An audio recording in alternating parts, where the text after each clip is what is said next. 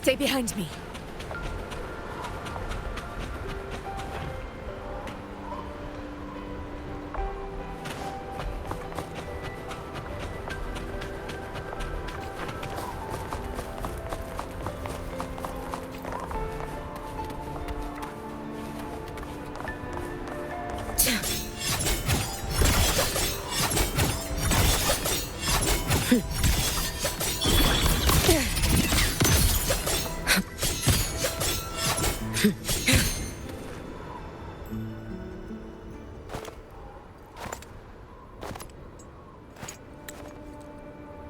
What are you looking at? Oh, there you are. Nothing really. I've just been wondering if I wanted to land another astronomical investment to study all the exoswarm coming off this giant mech. What kind of pitch would it take to make every major player in Solaris nod along and funnel credits into my pocket year after year? Have you figured it out? Not yet. My conscience won't let me think that far. Luckily, the man who can figure it out is back. The old man who promised me the blade. The head of the Space Trek Collective. The very same. But don't let the quick agreement fool you. He's already thinking 10 steps ahead. If Ishino Hada wasn't in such dire straits, he wouldn't have agreed to forge that blade for you so easily. Or at the very least, he'd have made sure he got his pound of flesh in return. I couldn't find the child. Time and space in that dimension are too fractured. My familiar lost its way.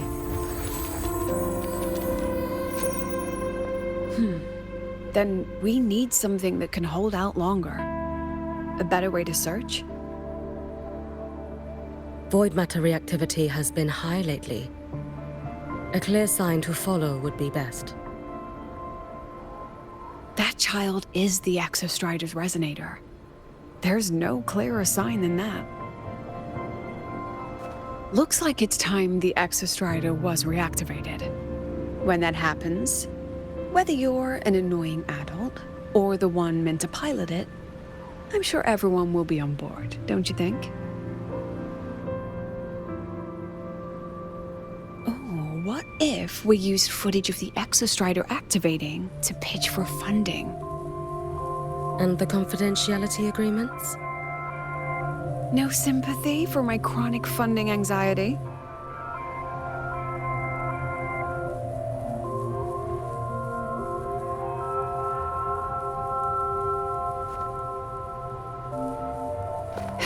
Fine. Go to Honami. I already approved your leave of absence. Why? To test the blade?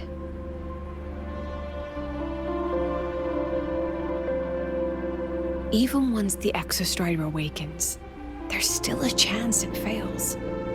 If it does, what you sealed in the Deemer Plains becomes a liability. But it could also be our ace in the hole. So, before I give you the thankless task of guarding those planes, go deal with matters of the heart first. Understood. I will return in one day. Take 2. Give yourself a day to look around. Go on. A Black Shores member will meet you there. I still have all of Dr. Luke's mess to clean up.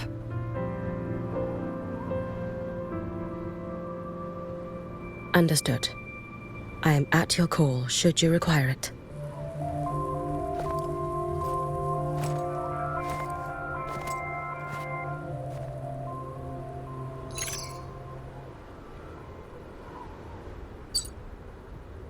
Yes, I'm listening. So it's about Denia. I see. Let's discuss it in person.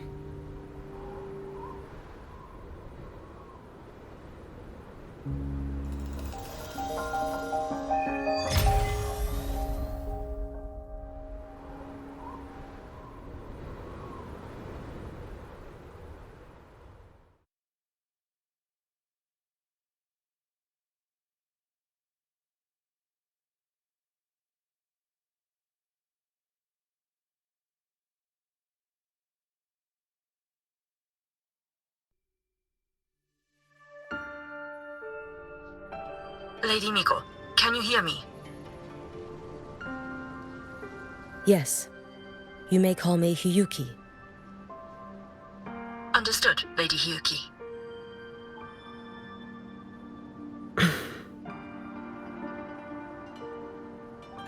Most of the left behind in Honami City have been relocated, but a few, the ones whose regrets run deepest, still roam the danger zones. Their unfulfilled desires concentrate the lament's power, an incident just waiting to happen. With you here, I feel better about the situation. We didn't expect you to take this on yourself. Protecting Honami is the duty of the Miko of Flaming Sakura. I thank you for your support. Actually, I have a favor to ask. Oh, is it about Gyokuro, the former Miko? We've already found traces that may belong to her, but nothing we can confirm yet. We're in the process of narrowing down her location. As soon as we learn anything, you'll be the first to know. I am in your debt. Oh, it's nothing. If it weren't for you back then, I would have... Anyway, I'll leave this area to you. You can rely on me. Was there something else you wanted to say? Nothing, Lady Hiyuki. It's just... Thank you for everything you do. Goodbye.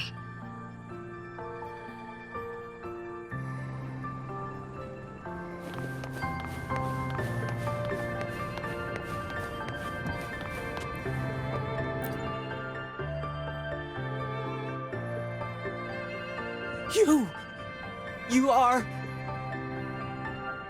Yes. Miko of Flaming Sakura, you're back! I knew those monsters wouldn't stand a chance. Everyone else thought we were done for, but I told them, don't worry, Lady Miko will come and save us. I'm sorry. I was too late. It doesn't matter. You're here now, aren't you? Please, just say it. Say the Miko of Flaming Sakura has returned and that those monsters are finished.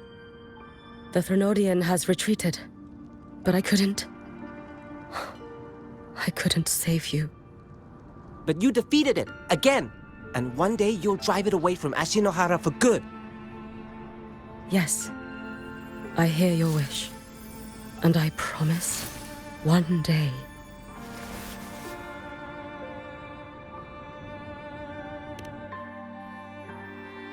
I failed their hopes. No matter how many times we drive it back, the Threnodian always returns. When will we be freed from this nightmare Ashinohara?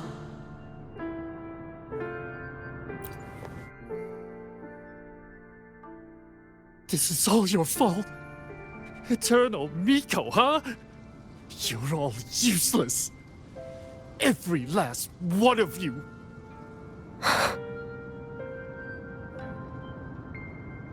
How do you even dare show your face in Honami? They're dead! Everyone's dead! I knew it! I knew the Threnodian couldn't be defeated. I should have run away as far as I could. Oh, Lady Miko, please! Do something, anything!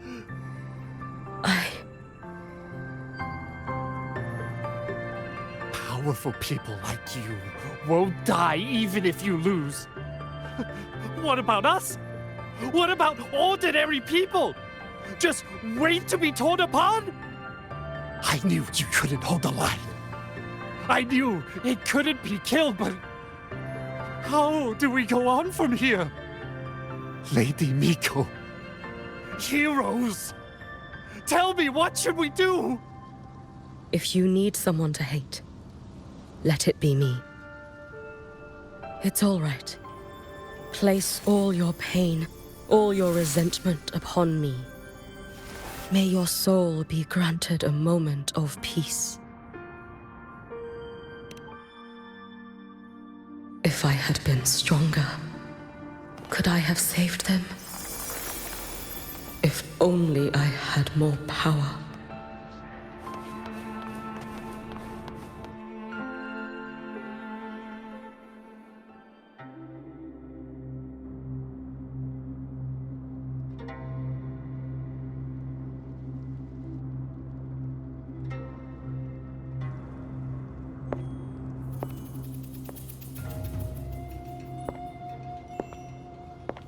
Lady Miko? Are you the Lady Miko?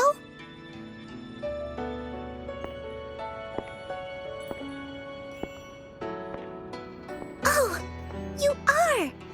You're the Miko who once talked to Lady Gyokuro.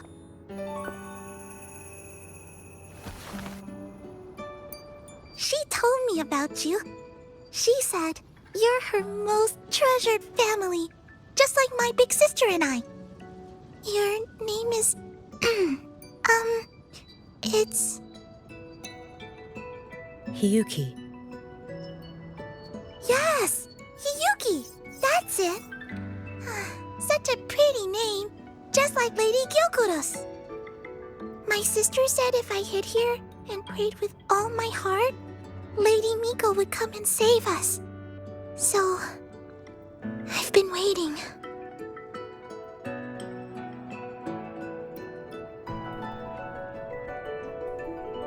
Little one, what's your name? Your hands are cold. Have you been waiting long? Kana. My sister calls me Kana. Lady Miko, you're finally here. But my sister... she... It's all right. I'm listening. She asked you to wait here, didn't she? Ah, she must have trusted you very much to give you such an important task. Task? Yes, a task. If not for you, I would never have found this place. You did well, Kana. You completed your task perfectly.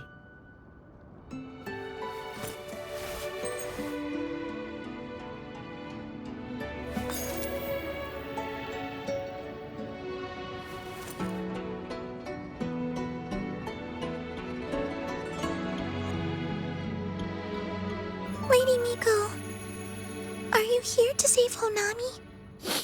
Then, is Honami safe now? Honami will be fine.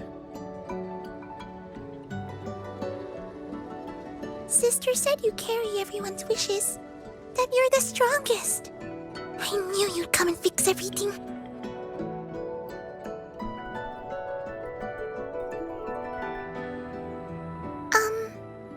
Lady Miko, can you help me find my sister? Of course. We'll both get to see our sisters again soon.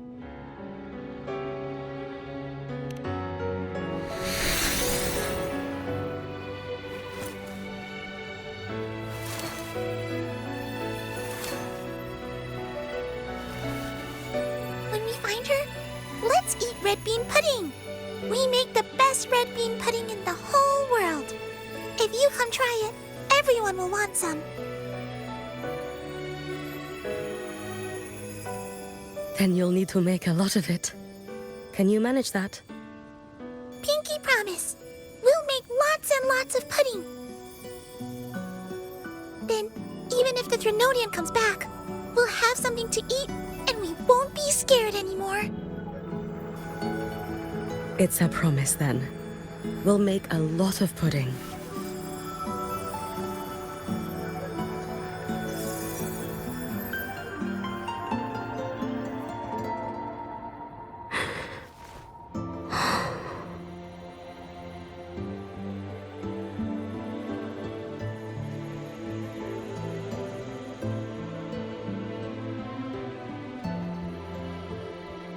Red bean pudding. Gyokuro always did have a weakness for sweets like that.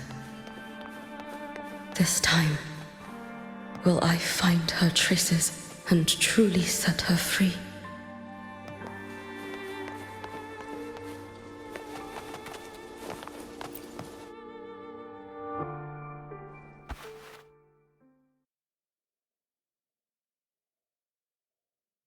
Hello, Lady Miko.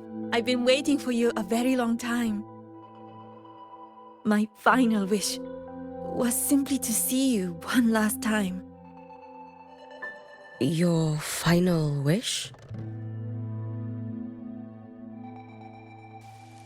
Yes, it's all right. I know I'm dead. I know I'm what they call a left behind now. But I thought if I'm going to remain like this anyway, I might as well get what I wanted before I disappear, right? I've heard of cases where the left behind remain aware of their state, sustained by powerful desires, but for such a simple wish. You truly only wish to see me again. I mean, you are a legend. You've been the Miko of Flaming Sakura since my great-grandmother's time. When I heard Honami was in danger and that the Miko of Flaming Sakura would meet the vanguard, I rushed here just to see you. You shouldn't have taken such a risk.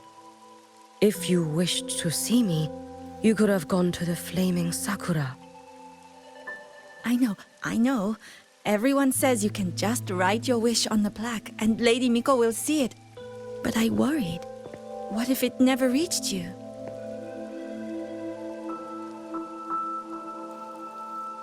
So I came all this way to make the wish in person.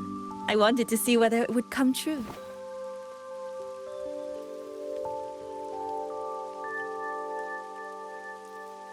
Very well. Then tell me, what is your true wish?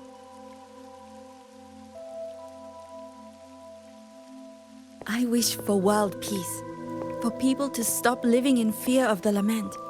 I want everyone to survive it. Lady Miko, my wish is that there will never be another Miko of Flaming Sakura.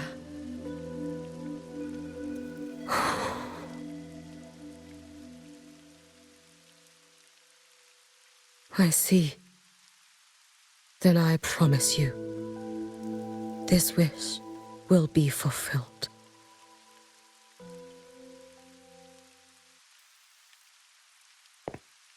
I know it will.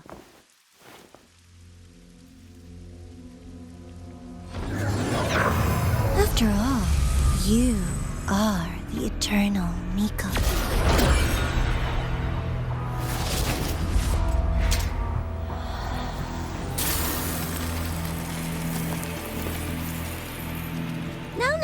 No need for that, Lady Miko. If you wished, you could cut down this avatar at any moment. But I think you'll find this far more interesting.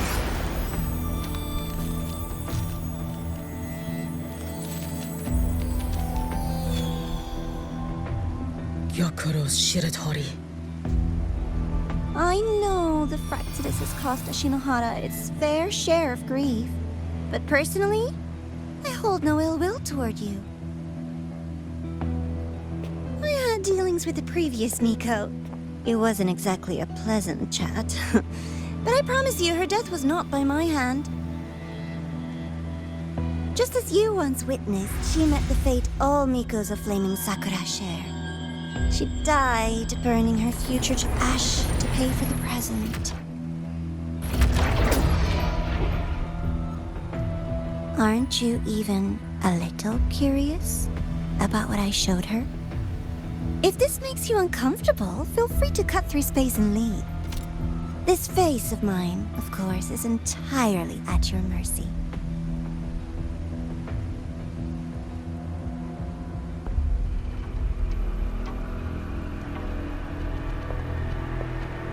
No need to dull my blade.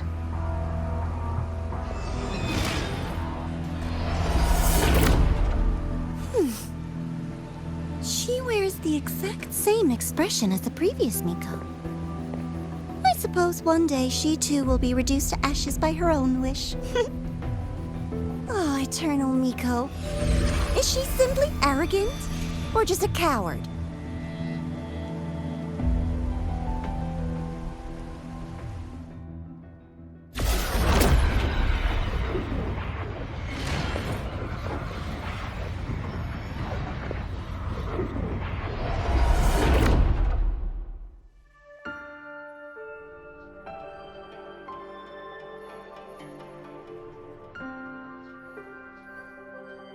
A peaceful Honami. Why bother with such an illusion?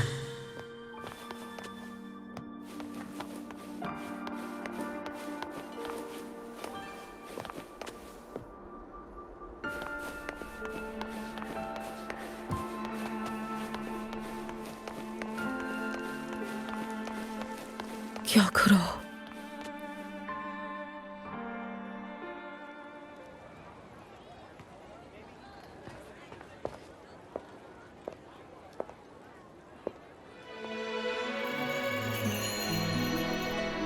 Lady Gyokuro, guess what?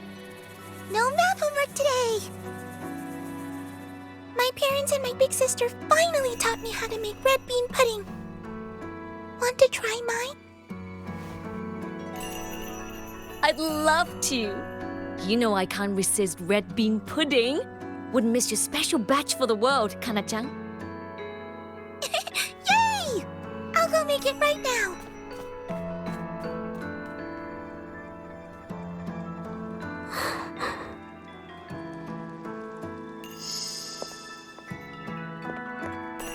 Anyway, I'm here. What is it? My. Can't a sister just want to see her favorite girl without a reason? That's not what I meant. There's that serious little face. I just wanted to chat. Always relaxes me. So, how are things at the Flaming Sakura? The usual. Many came to make wishes. The Thronodian's active cycle is almost here. Death will be a frequent visitor to Ashinohara once more. Prayers for safety, peace, victory. They pile up thickest at times like this. The Miko of Flaming Sakura is the bridge between people and the divine. A wish jar for all their hopes.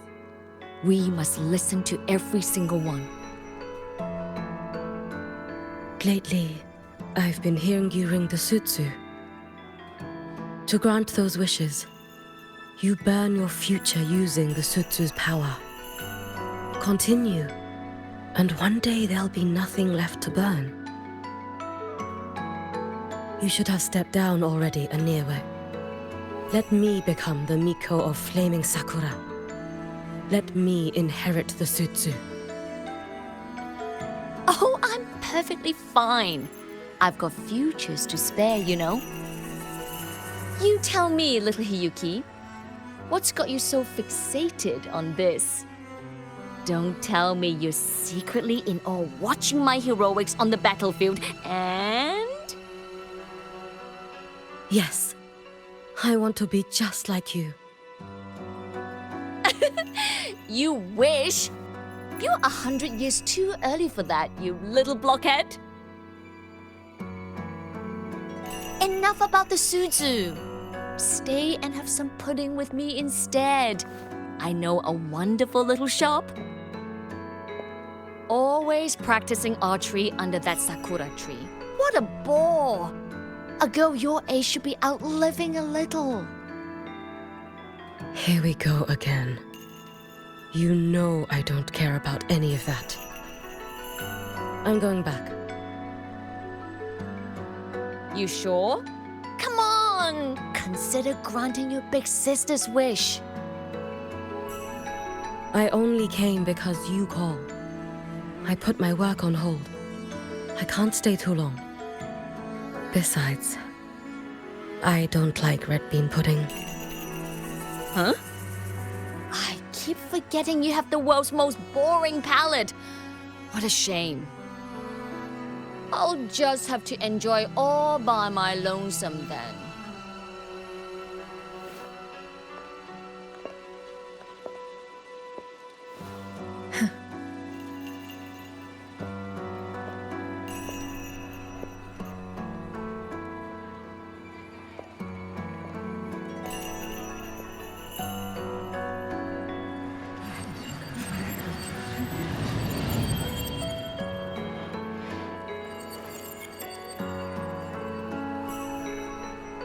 Gyokuro never once spoke of her own wishes. She lived only to grant the wishes of others. If only I had chosen to go with her.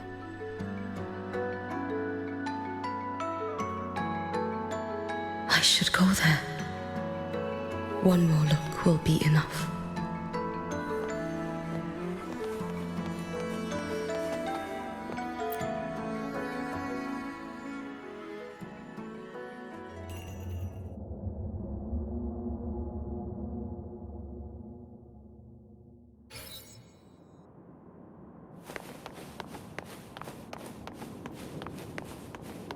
Still regretting that you didn't step into that shop and try that red bean pudding with the former Miko, aren't you?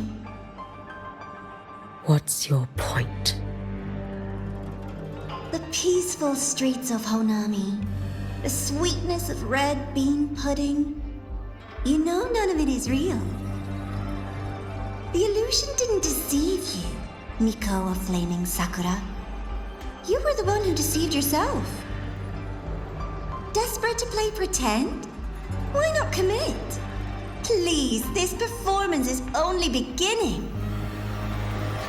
Miko of Flaming Sakura, do not forget the regret you carried here. You never forgot the lives you failed to save, nor their final, fading cries.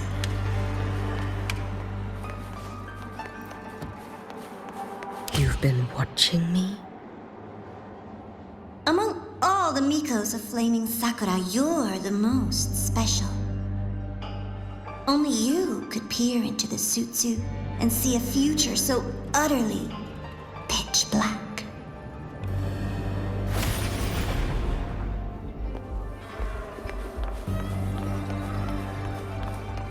This is... Oh, you've heard the stories, of course. But none of them know what Rover really endured to reach this point.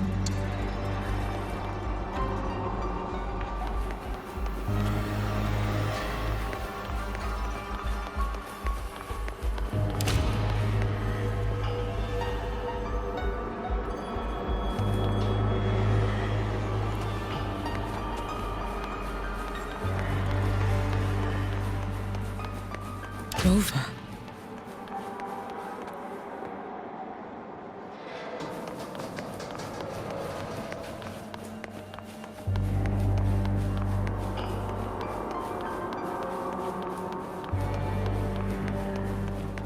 This is...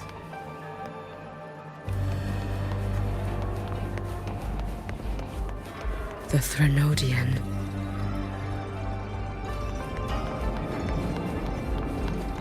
Go on. The next act awaits you.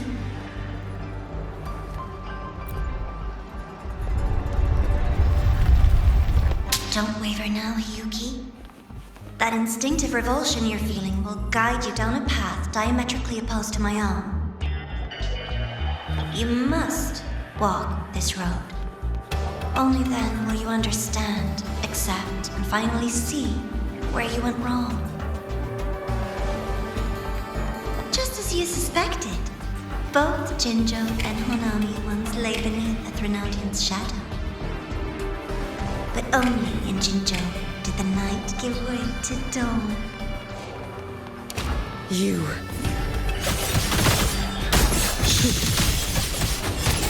I would never deny their achievements, or hide the prize they paid. That is their prize. And likewise, I would never deceive ours. Explain. It's as sharp as they promised.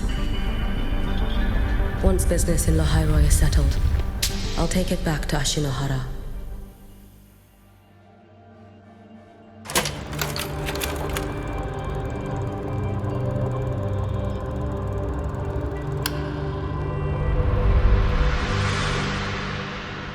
You needn't doubt.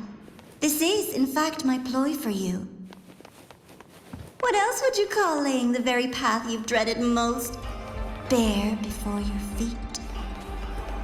Keep walking. The way forward is the only way left.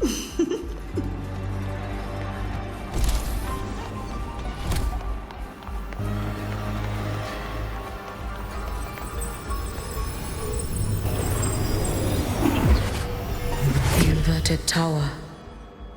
I read the reports.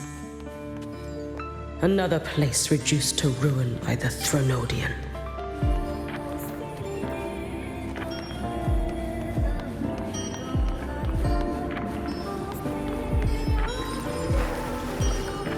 A nation that placed its faith in the Sentinel, yet its blessed maiden was spawned by the Threnodian Leviathan. Deliciously absurd, isn't it? I read the incident reports. It was the Threnodian scheme. Obvious enough. And from it, I obtained the precise counterweight to tip the scales. The power of assimilation. Precisely. After all, isn't that blessed maiden living proof? Proof that harnessing the Threnodian's power is a viable path. Is this... The fall of Imperator. As you know, even a Sentinel can't be a crutch for humanity forever.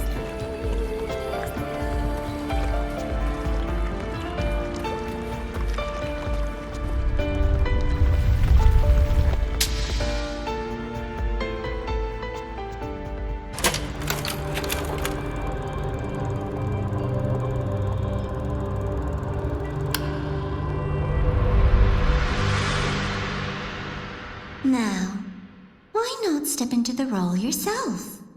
Experience Renacita's conclusion firsthand. Oh, and I made a personal appearance for the grand finale in Renacita. I couldn't very well abandon my rather childish subordinates like that, could I?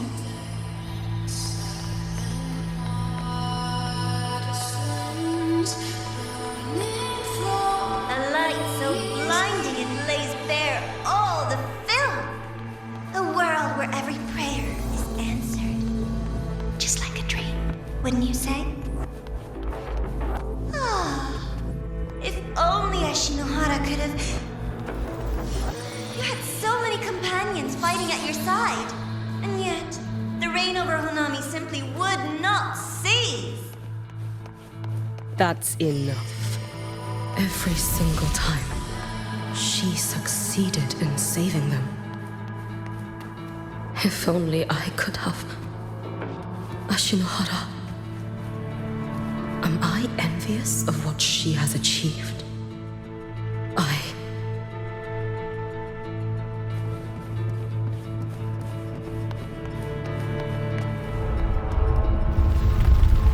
A little sideshow before the end. You don't mind, do you?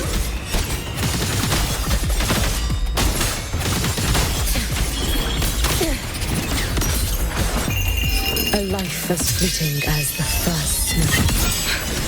So persistent. Lend me your strength.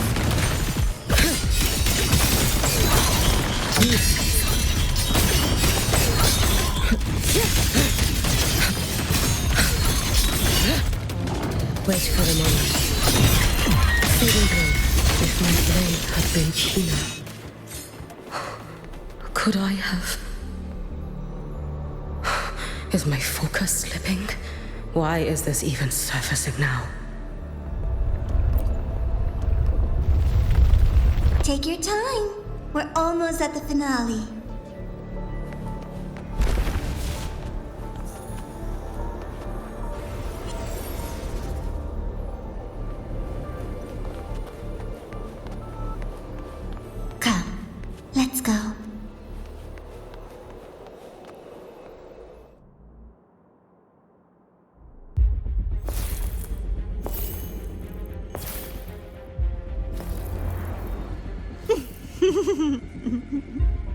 Thoughts on the show?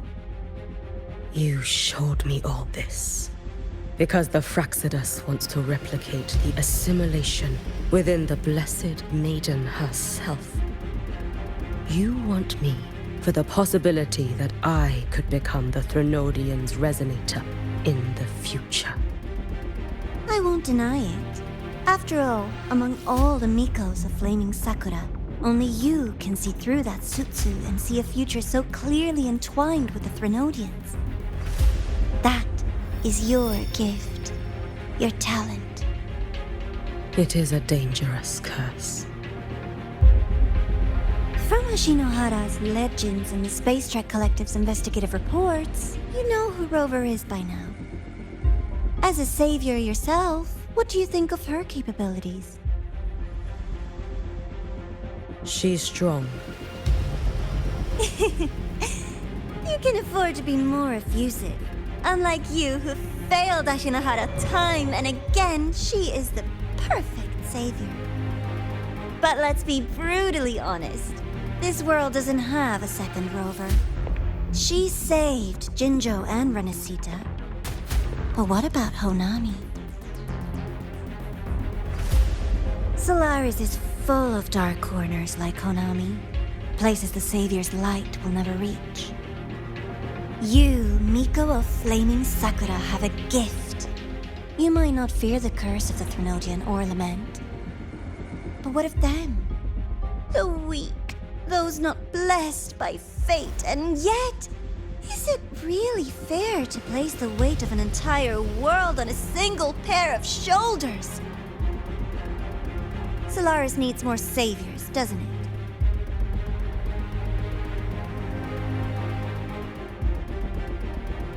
I'm just using the Threnodian to bring more of them into this world.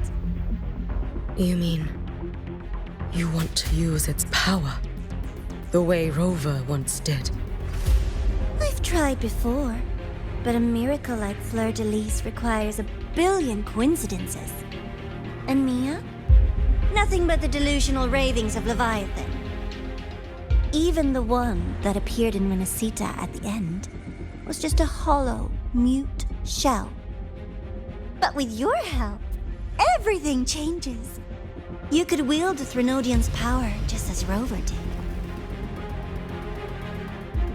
Honami would not be a ruin, and Ashinohara would finally have its true savior. I have to admit, your proposition is tempting. I desire vengeance against the Threnodian. That is why I seek greater strength. I stayed in Lahai Roi to forge a blade sharp enough to kill it. But I will not discard my dignity as a human for it. I will not become the very horror I hate. Not even for retribution. You stand on Honami's soil. You stand on a graveyard of millions. Go on. Ask them if your dignity as a human matters. I think they tell you that simply staying alive is what matters. Eternal Miko, you know your limits.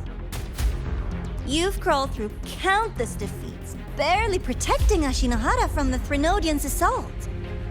But what of the future? You are no savior like her. When you fall, who will take up the Sutsu? Who will walk this lonely, futile path next?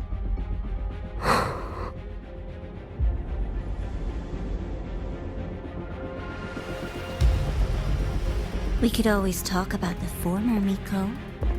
The bodies of the left behind are ephemeral. You'll find I have a far more durable proposal.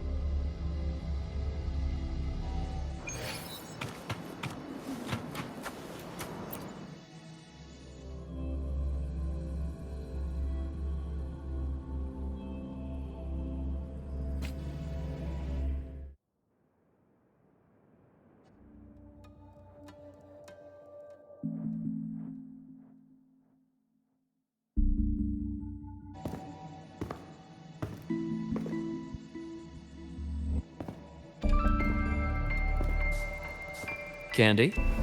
It's a new flavor. Sigrika and Lene suggested it.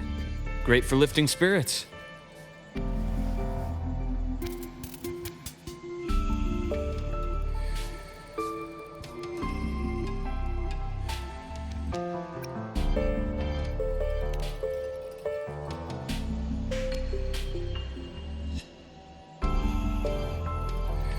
All right, Luke. What's the word on this Exostrider plan? My conversation with Lucilla went well. She's on your side. Your showing during the Dark Side incident also helped speed up the Academy's internal review. That said, you've been a student here for less than a year. You'll need the Space Trek Collective's approval to officially activate the Exostrider. Their biggest financial backer is the new Federation. And of course, they answer to an entire board of investors. And to them, the Exostrider is definitely a high-value asset. I've been flooding their desks with reports. Your Academy investigation record, your latest test scores from Abel College, and a full physical adaptability eval I wrote myself. And were they rejected? We got a meeting, but when that much money's involved, conflicts of interest make everything move very slowly. Unlike Jinzhou or Rinasita, they've got far too many cooks in the kitchen. I'm worried we don't have that kind of time. Exactly, which is why we're going to strike first. Besides, things have changed. It all comes down to this guy. This is Chase, head of the Space Trek Collective. He just got back to Lahai Roi on a Triumph avionics ship from the new Federation. President Lucilla, Professor Mornier, and I have all put in a good word. You'll be meeting him at the Research Institute.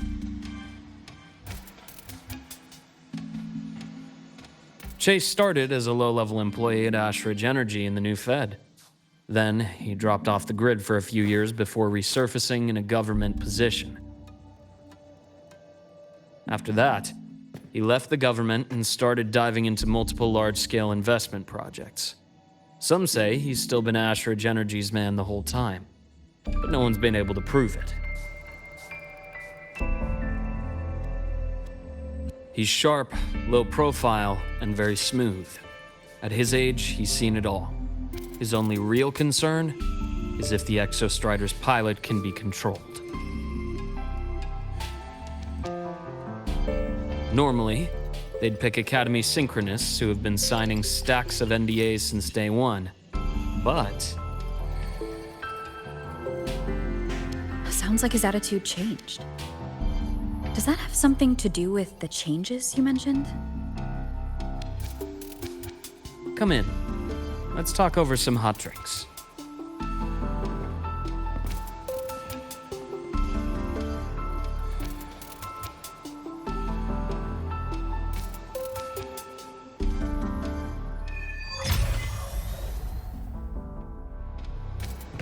I heard Lucilla asked for your help after the ceremony. How did it feel working with her? Well, at first she was pretty dominant, steering the conversation the whole time. But now I understand it's because this academy means so much to her.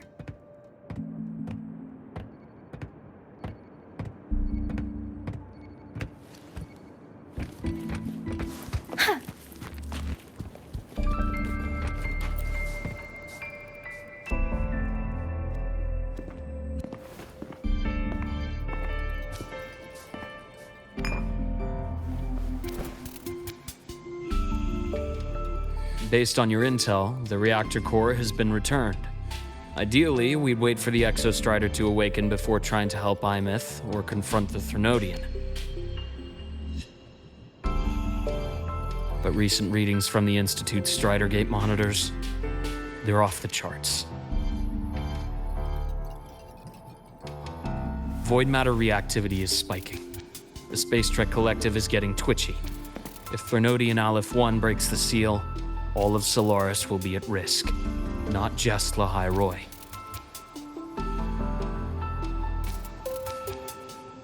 Now, the Collective didn't establish itself here without binders full of contingencies for a Threnodian event. Problem is, every one of those plans would scorch decades of scientific progress. Which, in our case, actually gives us some leverage. Enough to have a real conversation with their head. Then I'll convince him. I'll show him the lowest casualty count is the only one that makes sense. He'll have to approve me as the synchronist who pilots the Exostrider.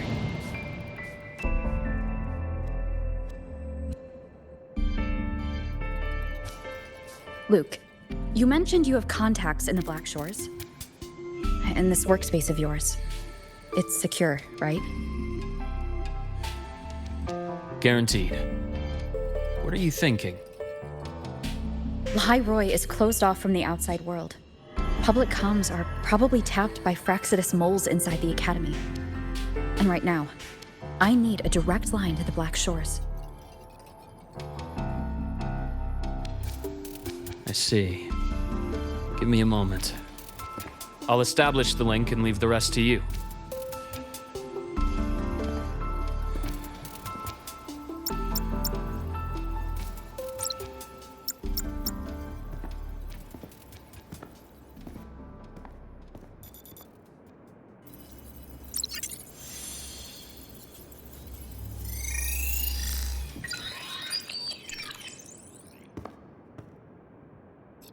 I received your call, Rover. Is the situation in Lahai Roi that dire? You look exhausted.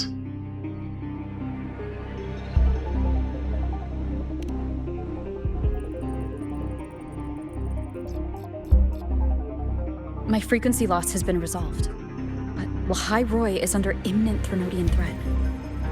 I need your help, Shorekeeper. Understood. For this purpose, both I and the Black Shores exist.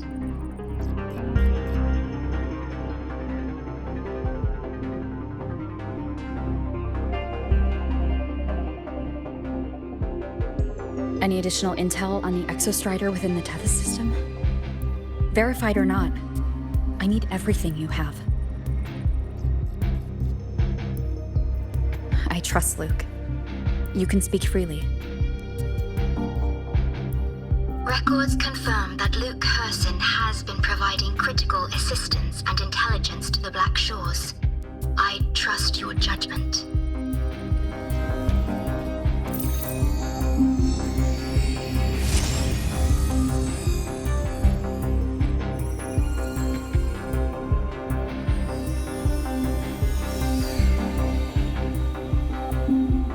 After the founding of Star Torch Academy, most information fell under their seal of secrecy. However, in its early days, you mediated negotiations between the Academy and the Roya. Through that process, the Black Shores gained partial access to certain archived insights. The Space Trek collective fears that due to the Exoswarm's division, the Exostrider, even upon awakening, might not have enough power to face the Threnodian. This concern led to the Augmented Resonance Initiative, the Synchronists. Observing how Sentinels work with their resonators, they theorized that the Exostrider, sharing similarities, could amplify its power through a resonator as well. However, considering your link with the Exostrider, the Tether system does not recommend this method.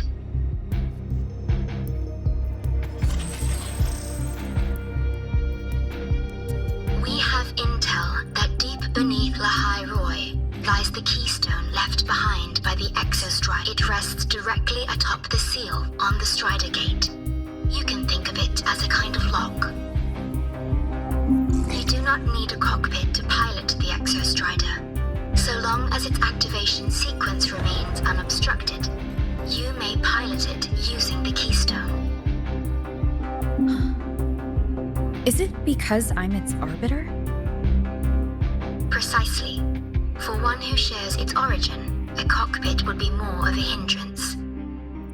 As for Aemeath, I think Dr. Luke's proposal is viable. You mean using the exoswarm-like shell that appeared in the cockpit to look for her?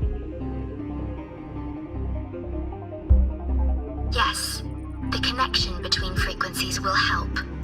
Rover, bring her with you when you activate the Exostrider. Sure. While I'm there, the Black Shores will need to keep a closer eye on Lahai Roi.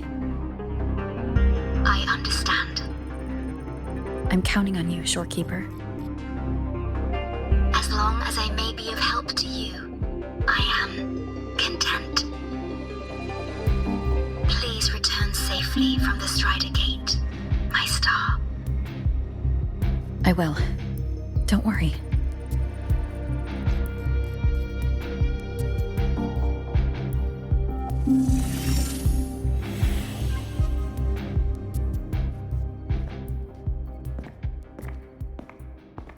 I'll inform Lucilla. Take your time finishing that drink before you head out.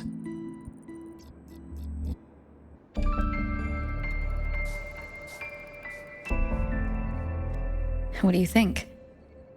I'm about to ask a man to sign off on a crazy plan, and I can't even promise him it'll work.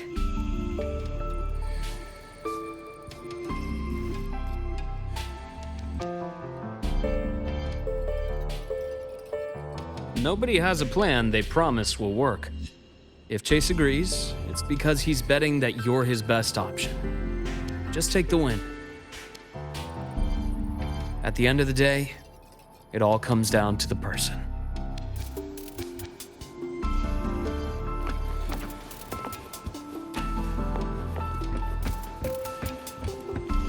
Speeding up.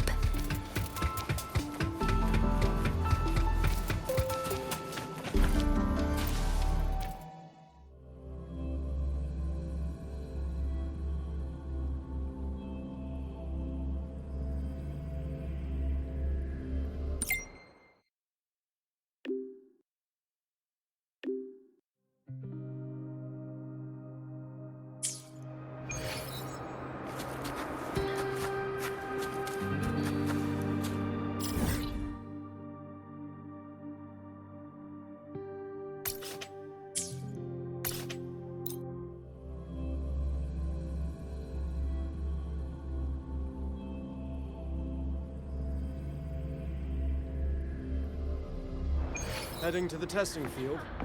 Be careful. Speeding up.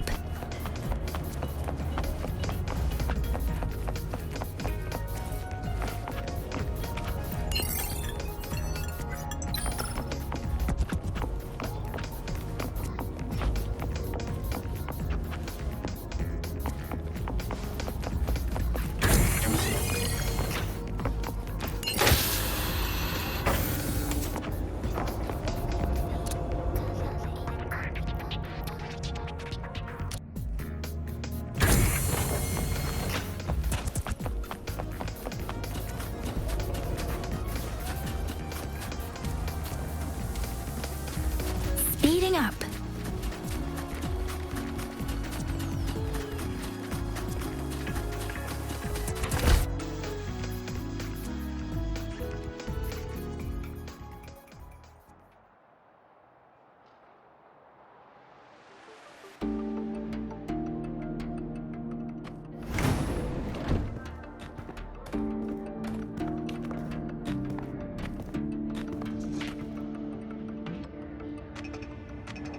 Mr. Chase, this is the student I mentioned, Rover. Our best hope for piloting the Exostrider. Save the intro, President Lucilla. We've met before.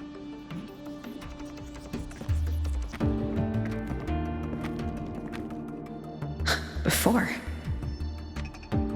In my past life at the Academy? Let's just get down to it. The Threnodian Aleph-1 situation is deteriorating. We're running out of time. I wanted to wait for the Exostrider's self-regeneration to finish, but the clock has run out on that one. So tell me, Rover, why do you want to pilot the Exostrider? What's the play? To find Aemeath and put down the Thronodian. Aemeath. Name rings a bell. The one with the high sync rate. Her disappearance was a real loss for us.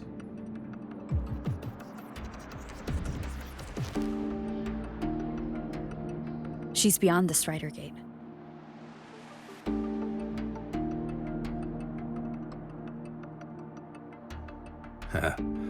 I see how it is. But finding one person in a goddamn interdimensional haystack? Not so easy. You understand our position. The Thronodian is our priority.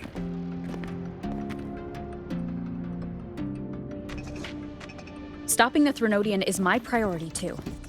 I'm gonna handle both.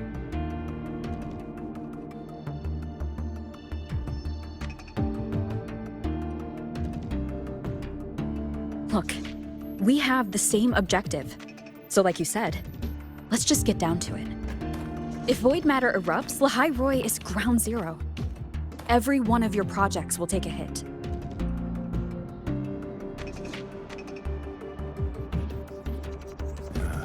Regarding Aleph-1, our intel is insufficient.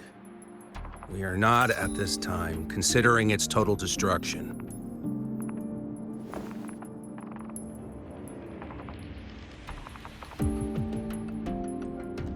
What we need is for the Exostrider to reinforce the seal on the Strider Gate.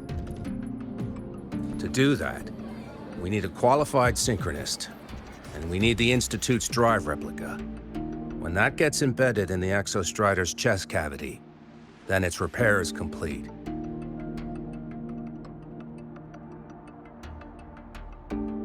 Right now, the replica is in its final phase of development. We're still missing critical data. Drive replica. Is that what you're building from the fallen reactor drive after Helios was launched? Correct. It's based on the original drive's framework. You had a hand to play in that. You made sure Helios got launched. To complete the drive replica, we require precise data from the Exostrider operating in high concentrations of void matter and environmental readings from inside the Thronodian. Without them, we can't guarantee the Exostrider can resist Aleph-1's corruption. Here's the verdict. On behalf of the Space Trek Collective, I authorize you to pilot the Exostrider.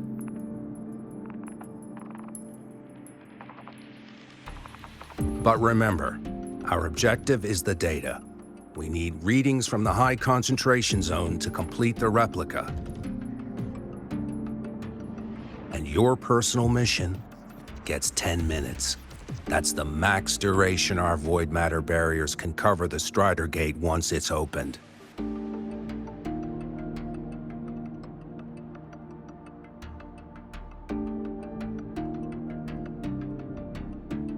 After 10 minutes, you return to Lahai Roi, whether you found Aemeath or not.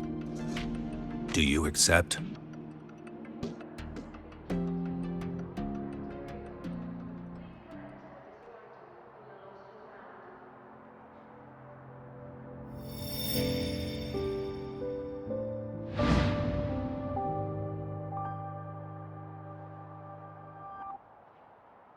Deal. One more thing.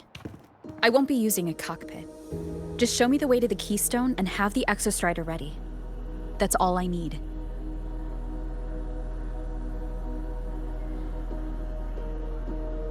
Huh. Still full of surprises. Always bringing us the unconventional. Lucila, run a high-pressure sync test for the synchronist. I've seen the physical eval, but I want live data for validation.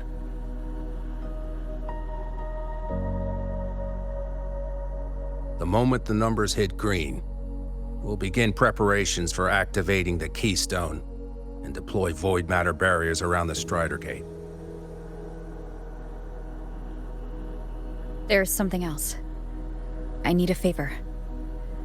Go on. The Fractsidus is lying low. Even after failing in the dark side, they could move the moment the Strider Gate opens. Ah, that's what's on your mind. Well, I have an update. Remember Sigrika's friend? The somewhat lackadaisical one?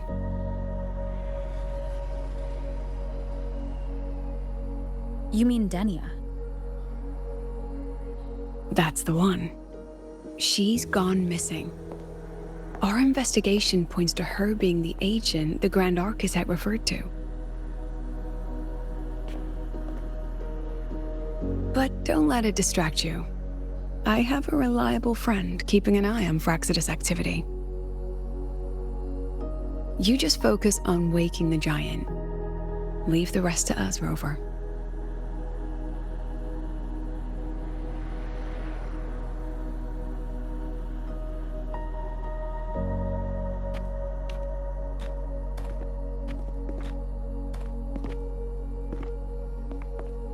Black Shores just sent a formal communication request. They're offering full support for Lahai Roi's evacuation, if it comes to that. You handle it, Lucilla. You have a better read on the situation than I do. And you're better at talking with that student.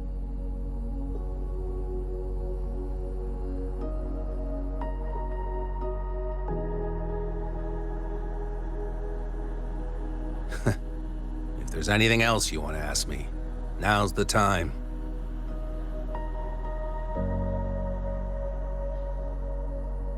I'm surprised you're placing this much trust in Rover, authorizing her so readily. Any particular reason?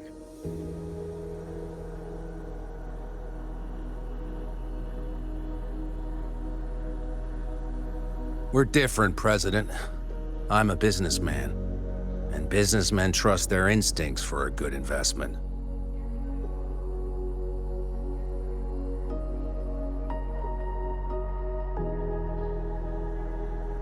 The Threnodian could strike at any time. Given the circumstances, Lahai Roi may have to be written off. And with the timeline we have, relocating the Exostrider is impossible. If we're gonna lose it anyway, why not let her take one last swing? Understood. We still need to prepare for the worst-case scenario. Of course. If this fails, we'll initiate the backup plan. Duskvale.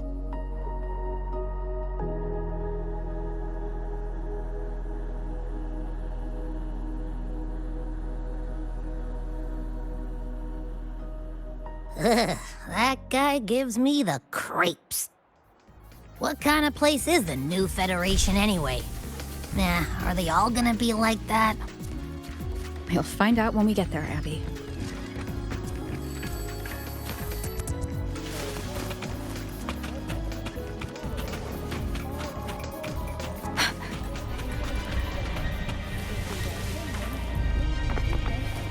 Want to go to the cafeteria for lunch together? Speeding up.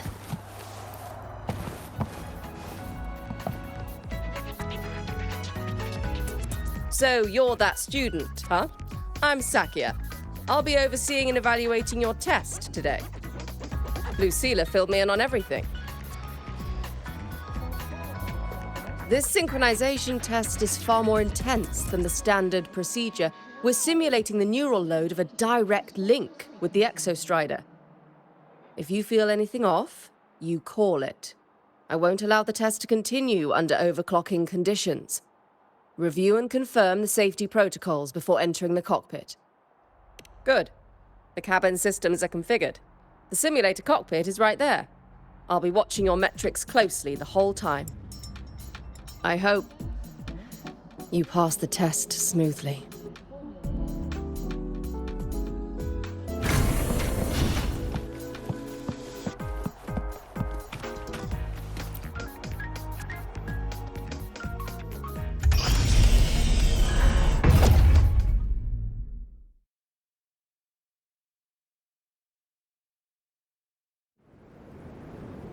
Neural network connected. Tactical model constructed. Resonator vital signs synchronized.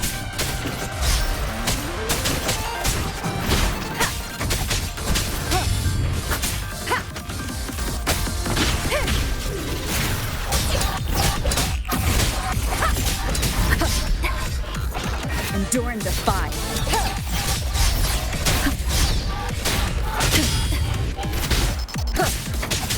One with the sound.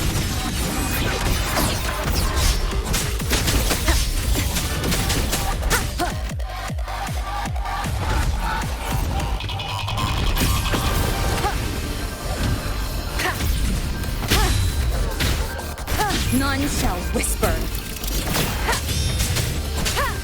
Shadow, follow! Be gone! One with the sound.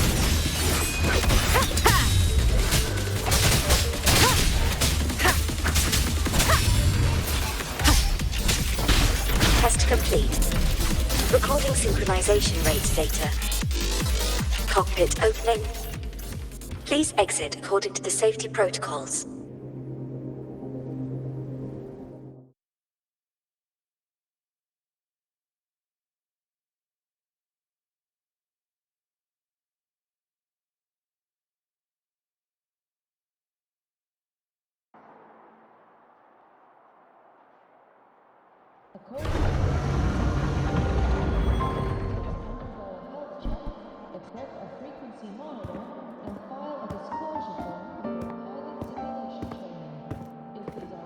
How did you get all the way here from the lake house? She wanders into the academy sometimes. Usually her caretaker bot escorts her back pretty quick, but today she was being difficult. We'll go back together in a bit, okay?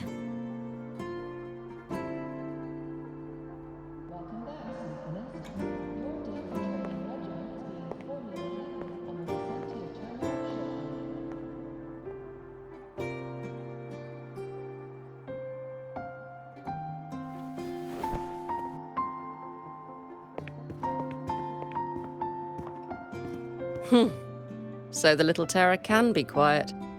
Never thought I'd see the day.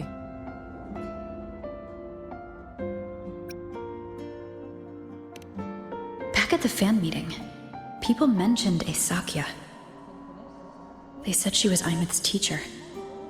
That she actually really cared. The last day I taught her, she wrote saving the world as her career path. I asked her if that was really what a synchronist should be aiming for, then gave her a piece of my mind and told her to rewrite it.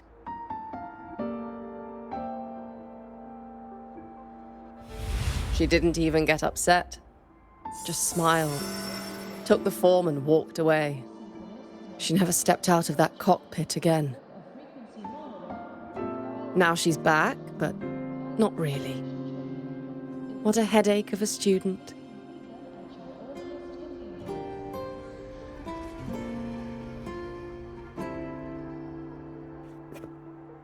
Lucilla told me you're her family.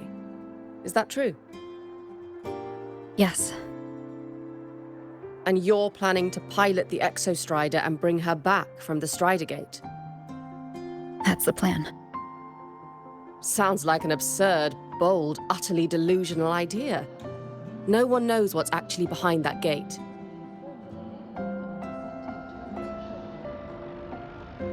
I know. When Aemeath went missing, the cockpit recorded an abnormally high synchronization rate. We couldn't verify it after she disappeared, so it was never officially logged. Your test results are just shy of hers overall, but in some sectors they're even higher. You've passed.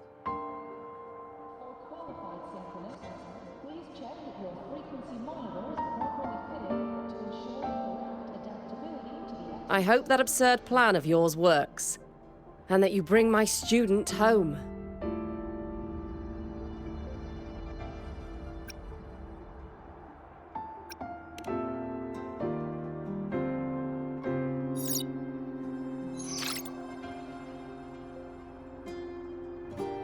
The results are out, but preparing the Exostrider will take time.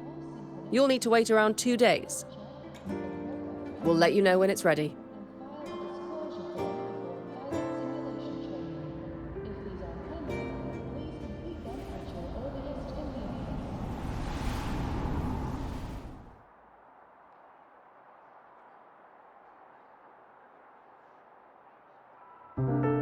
Cassette.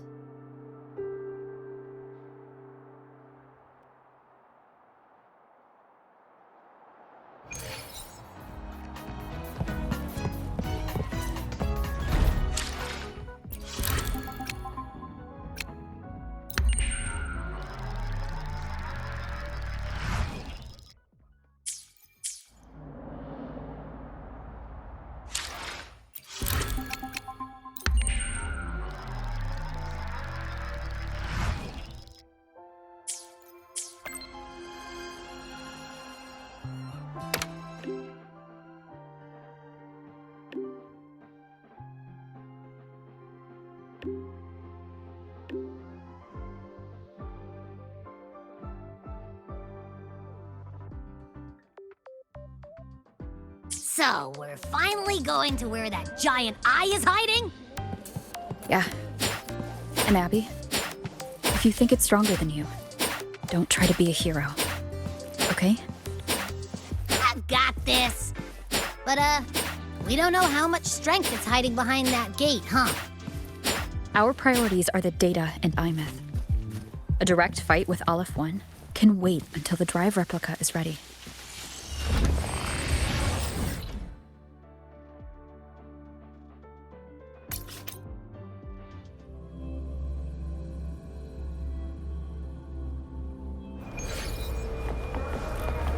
Speeding up.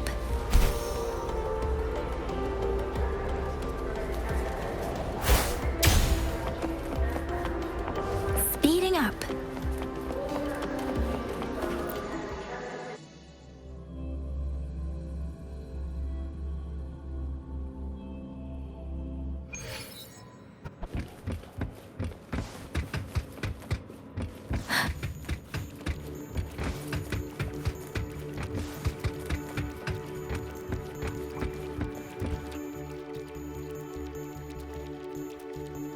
Hey, Rover, are you leaving now? Yeah, I was worried.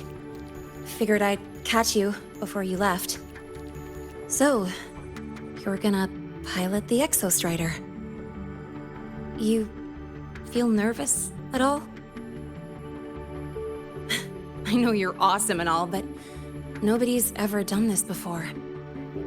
Nobody knows if the Exostrider will even move, or what else might go wrong. Everything's felt so heavy at the Academy lately. Teachers are stretched thin. Even the nearby exoswarms seem restless. Lene, are you nervous? Okay, fine. Is it that obvious? Look.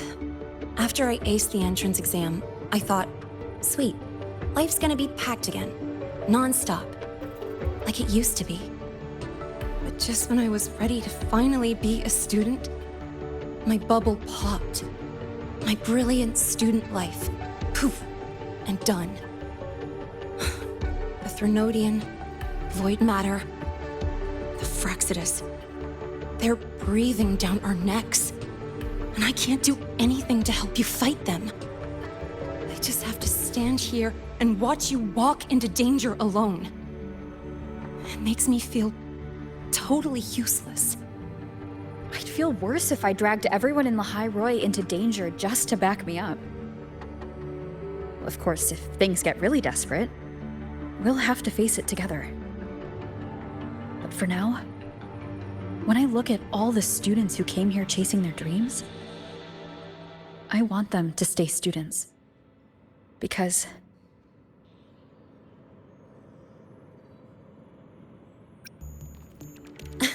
Come on, you're a student too. We're just kids to you or something? But I get what you're saying. Making you waste time on a pep talk when you've got a world to save? I do need to grow up.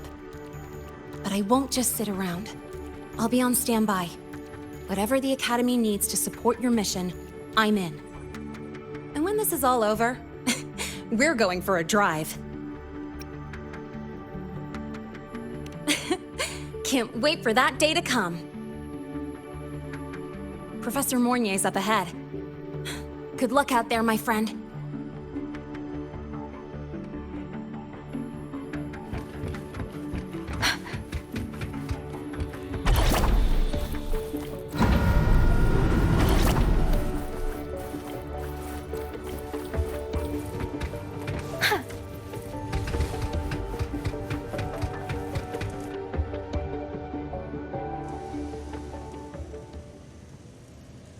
Temporary passage is complete. It will take you directly to the Keystone. The Black Shores will keep a team on standby here at the Institute. If you need our support, just say the word. Thank you. We couldn't have built the data framework this quickly without your team's expertise. Lahai Roi is a top priority. A joint call by the Shorekeeper and the Tethys system. Oh, Professor Mornier, your guest has arrived.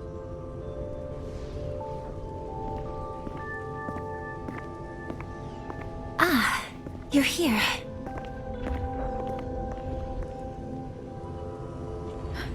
Is that the way to the Strider Gate? Yes.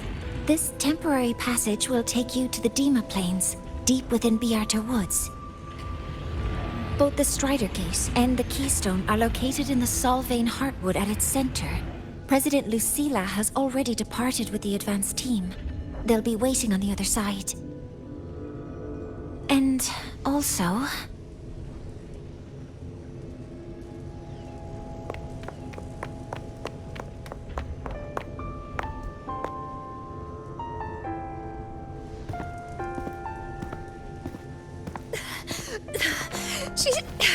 She's too fast. What happened? Professor Mornier, she suddenly bolted into the cassette depository and took this. This is...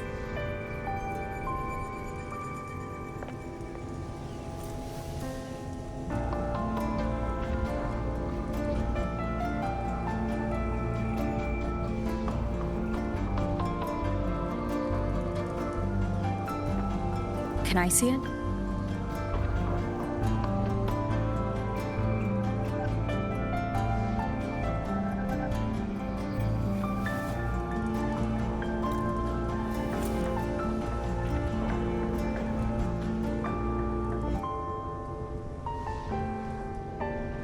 I'll give it back in a moment. Mornier, do you see what's special about it?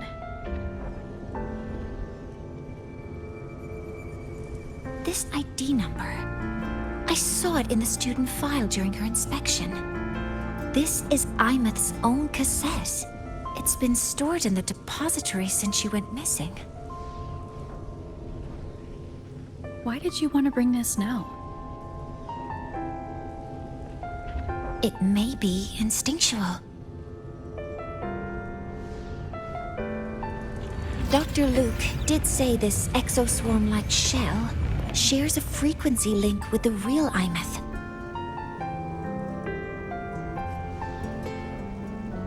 Or it could be the shell's residual instinct. Cassettes are proof of a student's identity. Or it could be a weak signal sent from the Aemeath beyond the gate. We can't determine which theory is correct yet.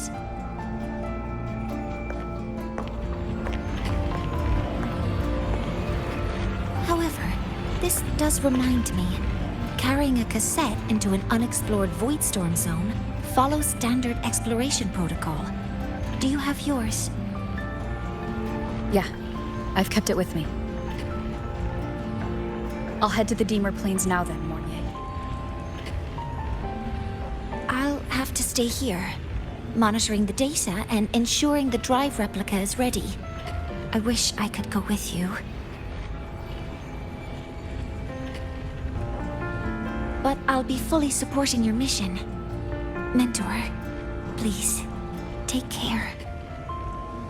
I count on you to watch my back, Mornier. With what we accomplished with Helios, I trust you'll handle the drive replica. We will succeed again. I won't let you down, Mentor. Let this be a new promise between us.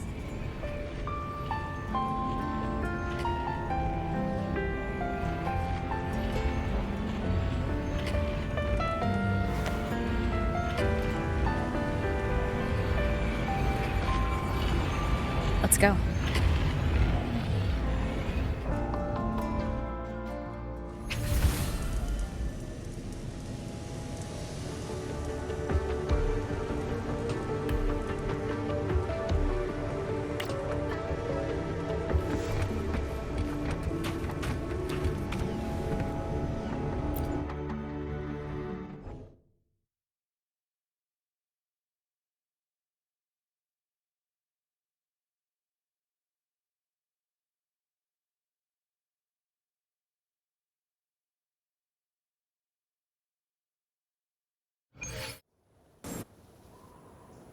Ugh, stinky. This place reeks. The smell of that giant eyeball's getting stronger. That massive glowing tree. Is that the Solvane Heartwood?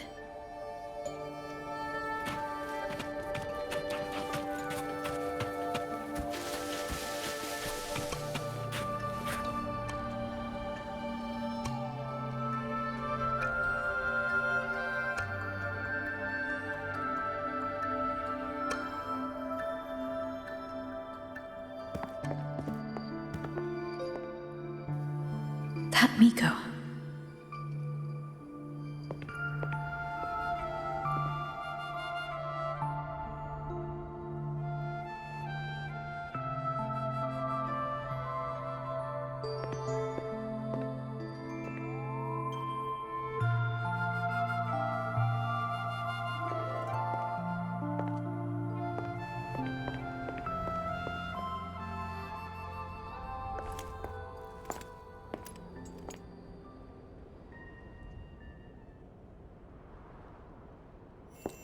Wait, before you go, you should say hello to her.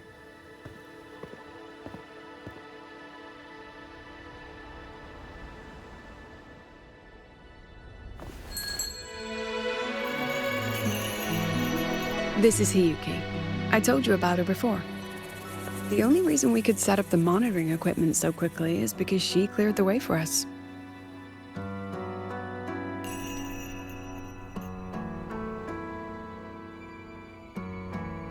See that lingering frost? 10 years ago, a void matter rift opened in the Deemer Plains. Hiyuki went there alone and sealed it.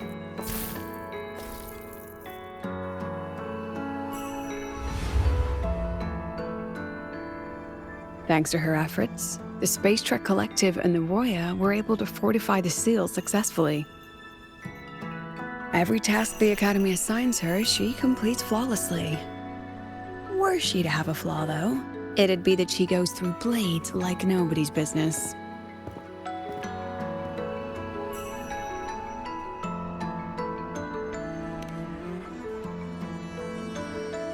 Yes. Lucilla spoke of what that child did. She is a good one. Strong. But her strength does not change the fact that she is a student. That we allow a child to bear such a burden is a failure on our part as adults.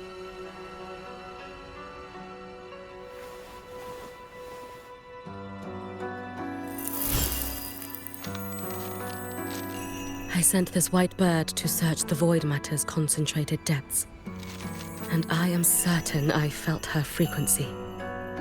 Somewhere in void space she waits.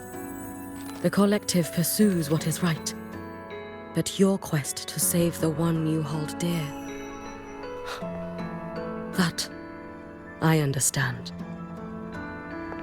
Very good. but I'm afraid we can't say more than that, okay? Right now, both sides want the same thing. That's the best we could ask for.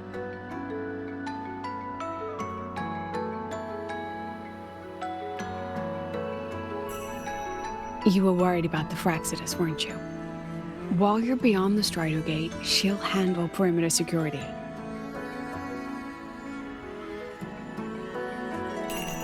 She's hunted both the Threnodian and the Fraxidus for a long time. There's no one better for the job. Right, Hiyuki? Yes. Those two Fraxidus members. I will track them down. Here. Take this.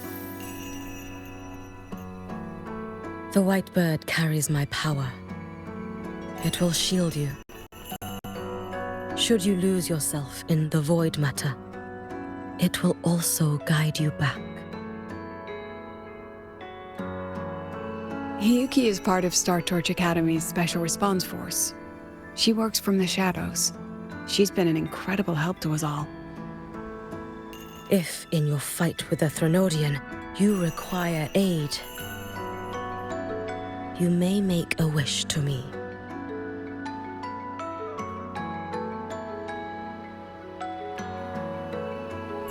How about I go first?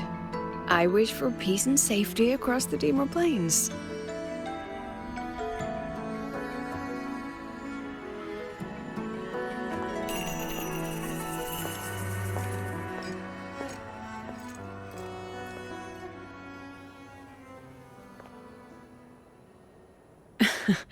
Hiyuki is the strong and silent type. Spend enough time with her, though, and you'll find she's rather fascinating. Why didn't you introduce us before? Why the reveal now? No point in hiding what's already in plain sight. Besides, you're both strong, and it's safer if you work together. What did she mean, make a wish? Just what it sounds like. But don't make one unless it's life or death.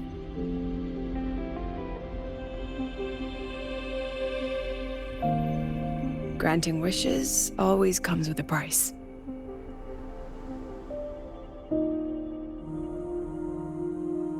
I've sent you intel on high concentration void matter zones. Review them when you can. I couldn't say this with Chase present, but I think you understand.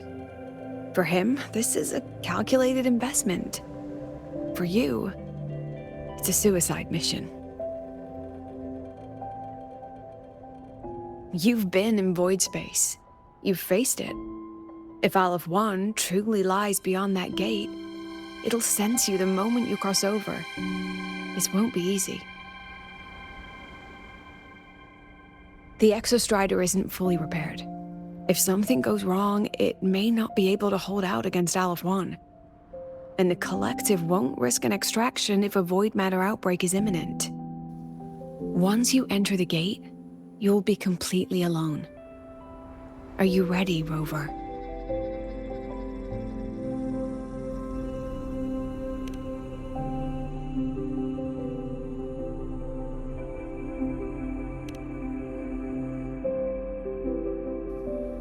I've been in situations like this more times than I can count.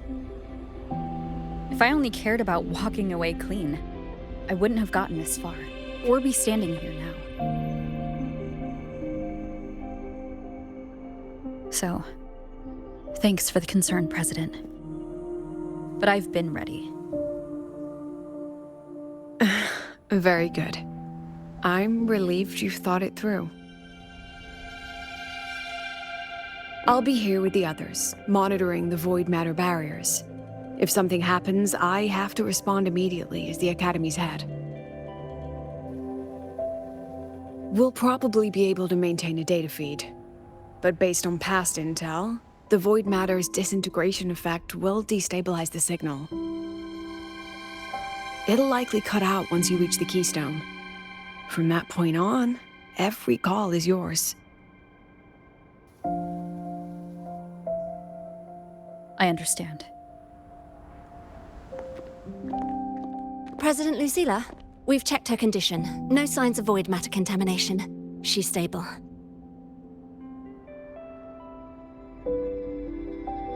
All right. Go on, Rebel College freshman.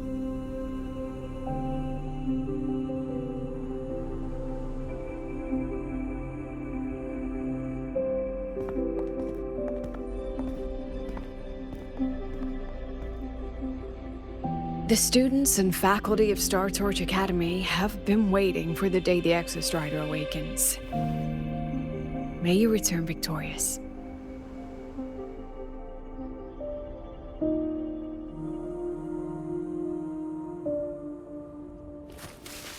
Void matter gauge readings are stable.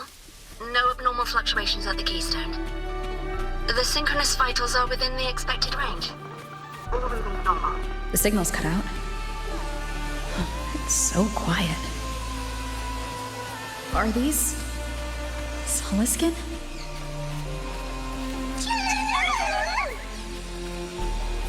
Are these little guys guiding me to the Soulvein Heartwood? Alright then, let's go together. The Soliskin merged into the roots. They didn't return to the Exostrider through the Solace trees. They used themselves to reinforce the Keystone Seal.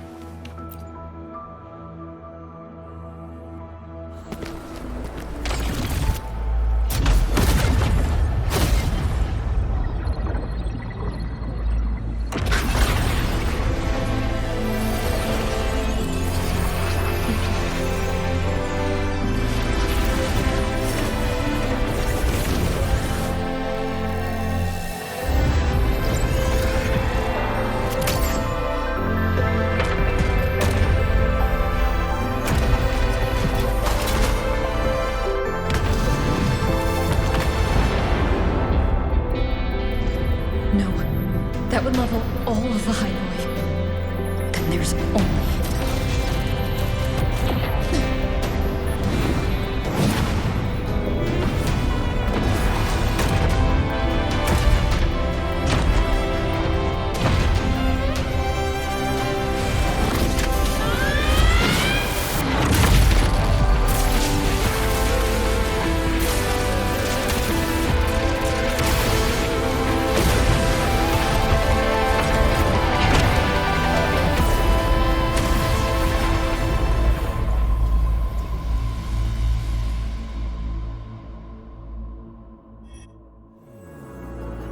Starting to feel dizzy.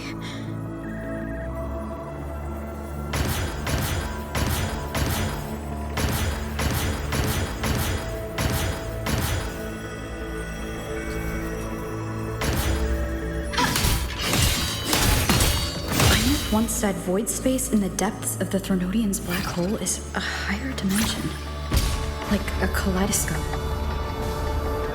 Time and space here don't flow. They're tangled. Is all of this inside Aleph 1? Those figures. That's Space Trek Collective in Boyan clothing. They're reaching for something. Can't make out what.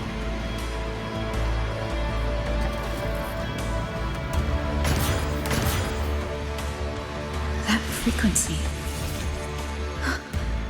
Is it Aemeath?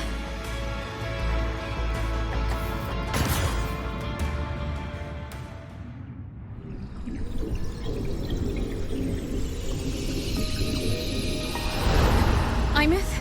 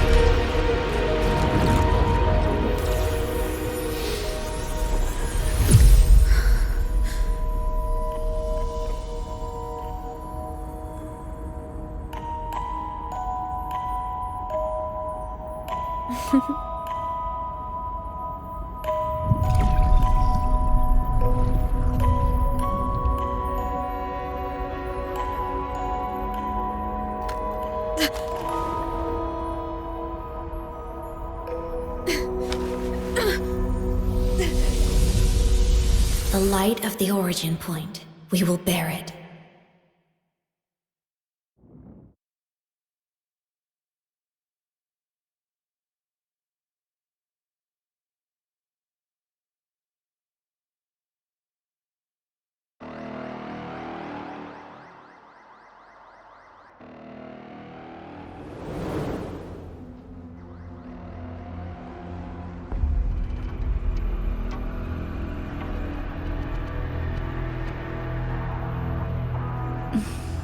Am I back at the academy?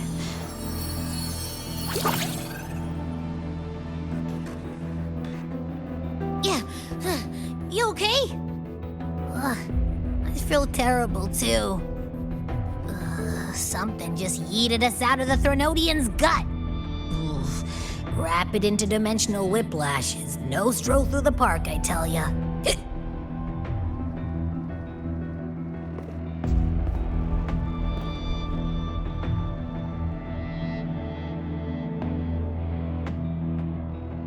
The Exostrider isn't here. The big guy's still stuck inside the Threnodian. Did you see that freaky black hand that popped up in the cockpit? The whole dimension freaked out, like it was trying to spit us out. Next second, the void matter had flushed us out here. I saw Navora in the flashes. It's the Fraxidus. Has to be. Everyone was standing right here. This is where void matter began to contaminate the sky.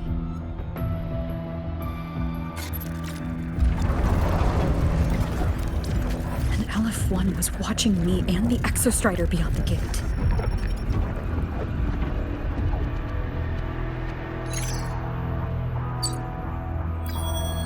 Mentor, finally got a hold of your signal. We lost contact for an entire day. Everyone's been worried. An entire day? It felt like minutes. Time distortion from being inside the black hole.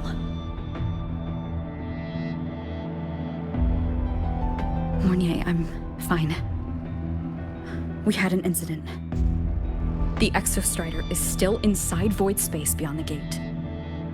And now, even the Academy inside the void matter barriers is getting hit by void storms. What happened while I was gone? After you went in, the data transmission was perfect. We were celebrating. But not long after, void storms began to erupt even inside the Academy. We haven't been able to find any breach or source to explain it. Most of Lahai Roi has been evacuated to the Collective's escape pods, with Black Shore support. Those who remain are gathered here at the Institute.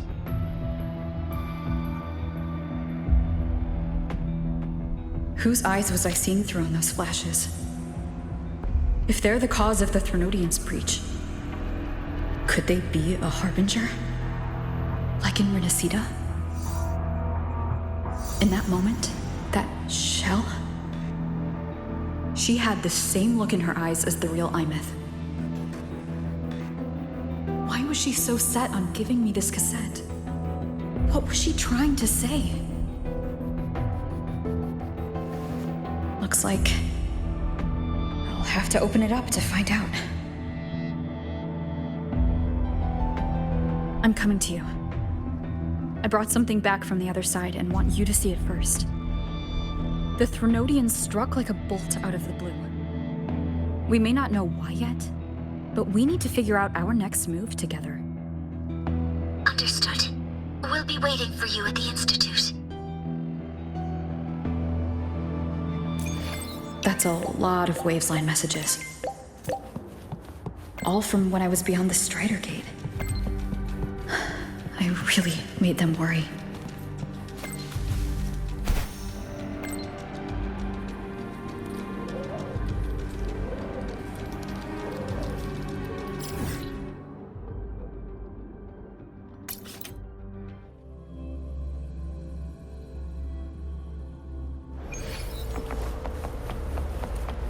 Wind guide me.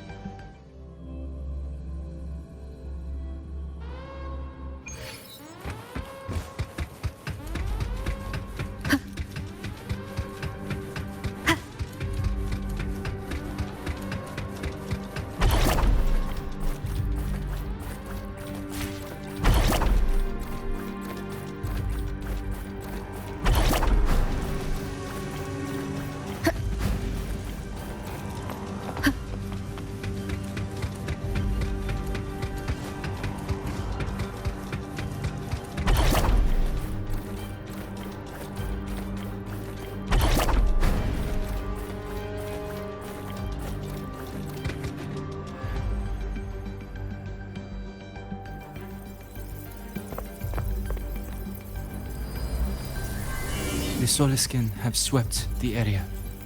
None remain in Bjartar Woods. Someone just posted a call for help on the campus's Wavesline group chat. I'll go back to run a final check later. Sigrika, are you sure you alone can handle it? Don't worry, I have my runes. They'll help me drive back any contaminated exoswarm. The Soliskin will guide me too. I'm coming with you. Finding people is one thing, hauling them back is another. It'll be faster if we take my motorbike. Status report, Professor Mornier.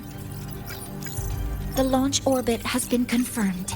The drive replica is projected to launch in 16 hours, at which point it will initiate Duskvale. Then we evacuate every remaining soul in Lahai Roi before that window closes. Check the ships at the Royal Frostlands port, in addition to the escape pods. We don't know how long Duskvale will hold. No one stays a second longer than necessary.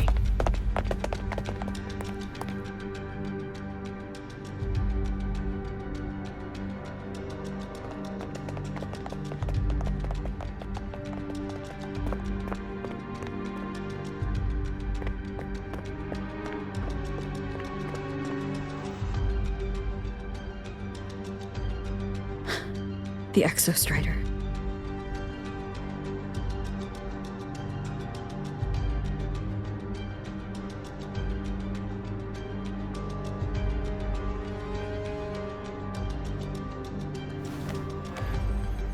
I heard from Professor Mornier. You went dark for a full day. We thought we'd lost you to void space. Activating the Exostrider before it was fully self-regenerated was a massive gamble. We all knew the stakes. We hoped for the best, and of course we prepared for the worst. You're alive. That alone is good news for all of us. No time to kick yourself now. I've got a mountain of work waiting for you, Rover.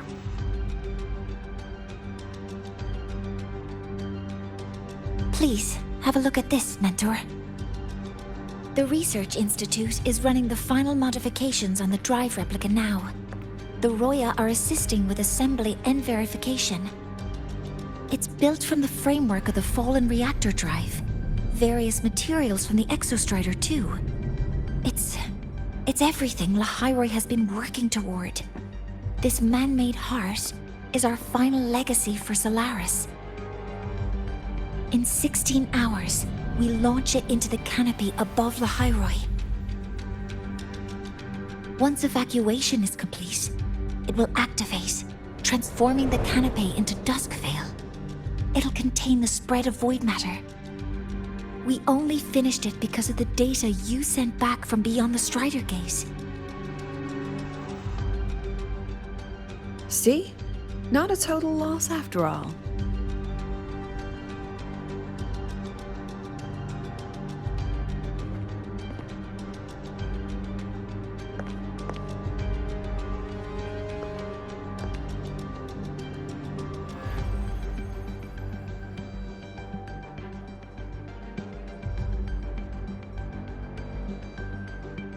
Thank you.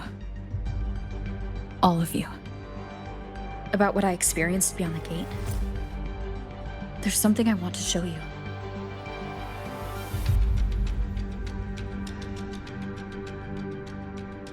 I don't think she gave me this cassette for no reason. Whether it's her shell or Aemeath herself, she was trying to tell us something. A cassette retrieved from within the Threnodian. Huh. Now that is intriguing. Professor Mornier, is the analyzer in the cassette depository still operational? We can head there now.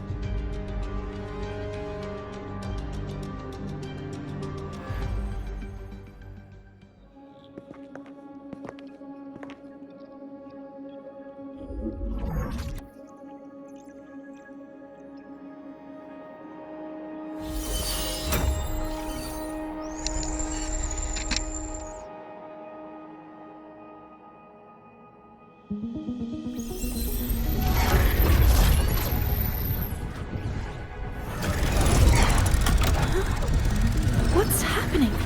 Why are all the cassettes rewinding?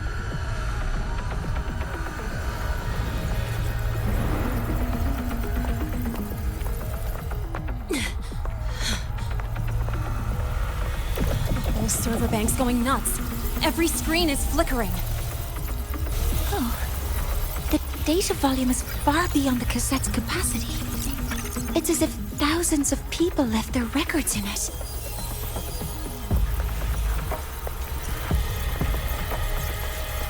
The storage system is destabilized. It's now flooding data into every archived cassette in the room. But this isn't memory data. Aside from the corrupted junk, the compressed mass consists of coordinates. Coordinates? From beyond the gate? Are they locations inside the Threnodian's black hole? Based on your report, Mentor, conventional space-time doesn't apply in void space. You can't plot a standard map there. If Aemeath went to these lengths to give us this, she wouldn't have made it impossible to follow. What if they're coordinates in Lahai Roi? If such is the case, the origin might be... Please, allow me.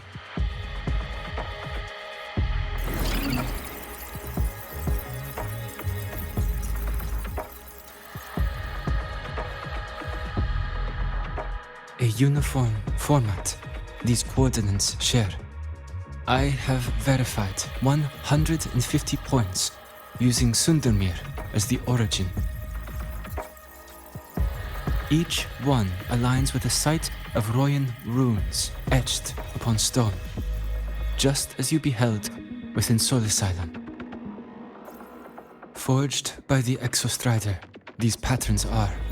Void storms do not affect them. We have only glimpsed fragments of their meaning through the lens of Solisylon.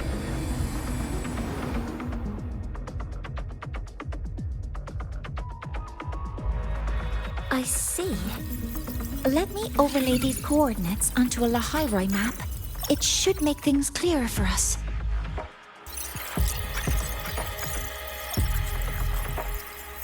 Done. Using Sundermere as the origin, the distribution looks like this.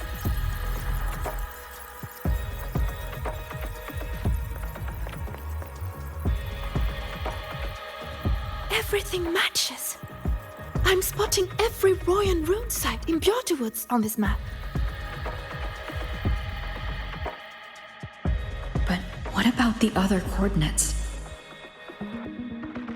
Wait, I know that spot. That's where the void storm hit at the start of all this.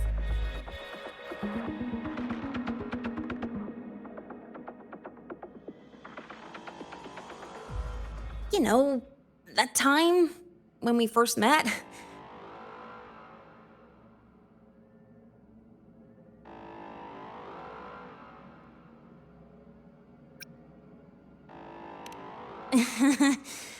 Sorry. Anyway, back to business. Void storms. If we reverse match the coordinates by transcription order, Then Roy and runes could be marking every spot a void storm has ever hit.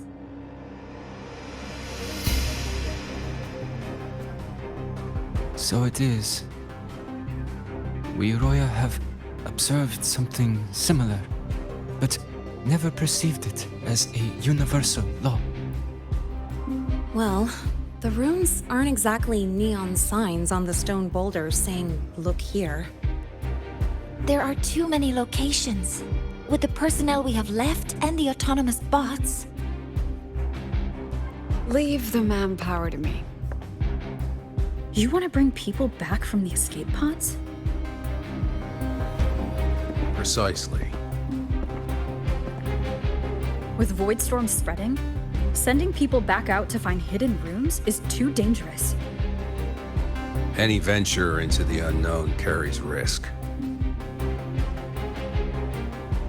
Studying the Threnodian was a risk. Playing chess with the Fraxidus was a risk. And piloting the Exostrider through the Strider Gate was certainly a risk. But where there is a sliver of hope, the Space Trek Collective will always find people willing to bet on it. Once Dusk Vale is initiated, this place becomes a sealed tomb. The intelligence retrieved from void space is our only remaining asset up for study. It's our only leverage against Aleph-1 before Dusk Vale fails. We have the capability, the responsibility, and the will to secure this void space data. Face the unknown and we may lose much.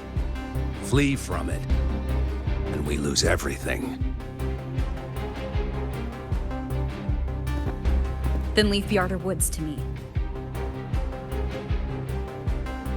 It's the most heavily contaminated area. If this is because of what happened to the Exostrider,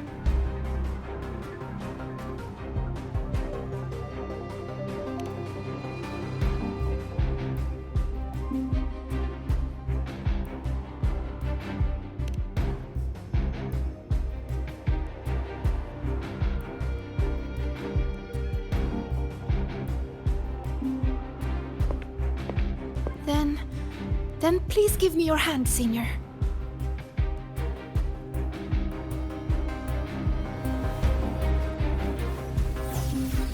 Use this.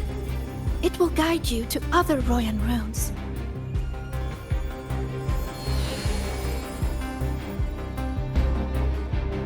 Oh, and take this one too. It's for protection.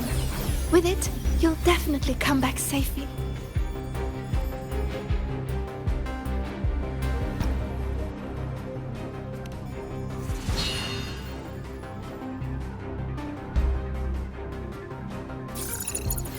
Clock starts now.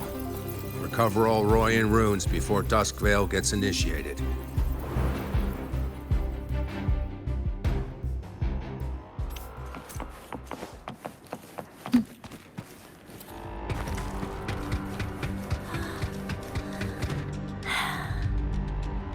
My hand feels so warm.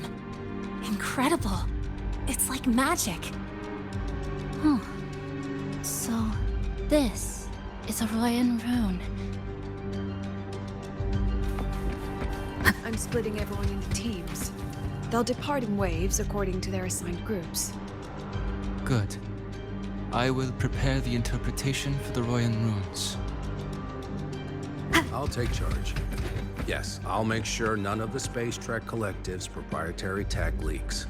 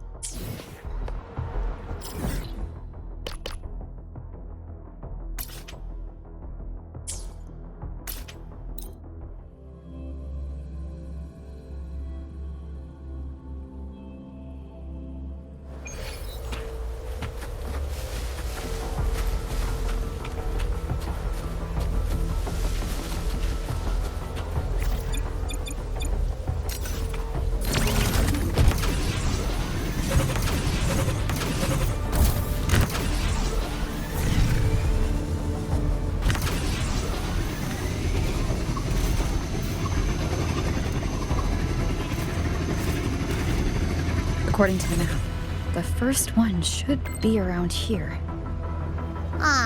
Didn't notice before, but, there are some shredded frequencies hanging around this spot. Abby? You're awake. The rune's responding.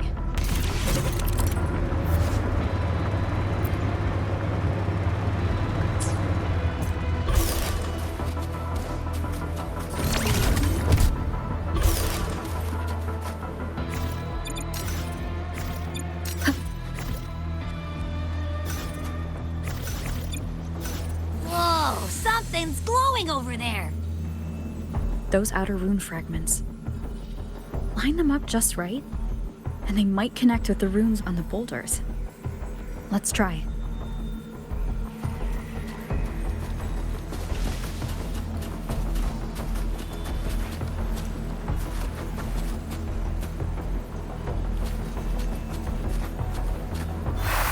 Jackpot! We actually found one! Good. I'll send it to the Shaper and the others for a look.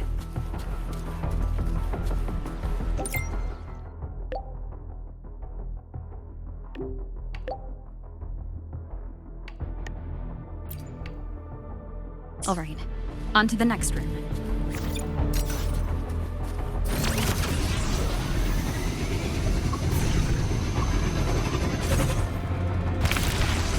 Same as before.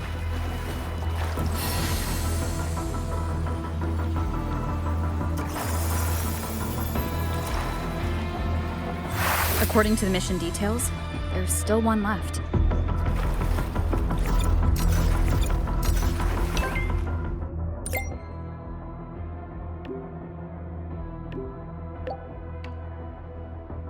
We're blazing through these runes. Yeah. Teamwork makes the dream work, huh? Right. I hope Segue is having the same luck. This is the last one, right? Yeah.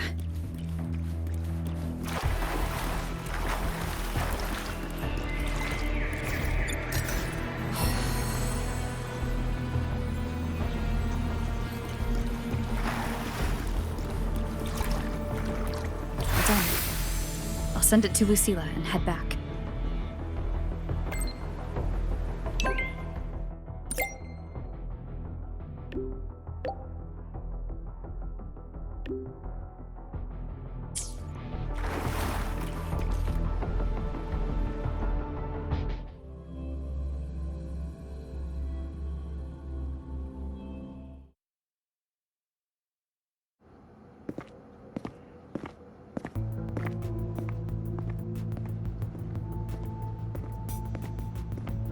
What's going on? Mentor, you're back. We've finished analyzing the runes, but their meaning still escapes us. As for the overlapping coordinates, we've run multiple standard decryption algorithms, but the results are contradictory.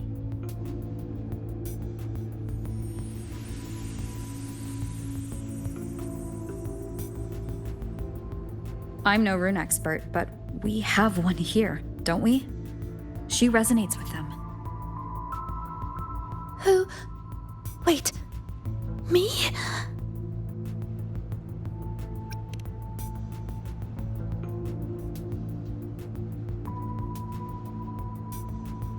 If you're asking me, these runes don't feel flat. They feel spherical. About this big. And these 2 points are relative. Like this. 3-dimensional coordinates. Orthographic projection. If we take the reactor drive's light data from the database as a depth layer and reconstruct it,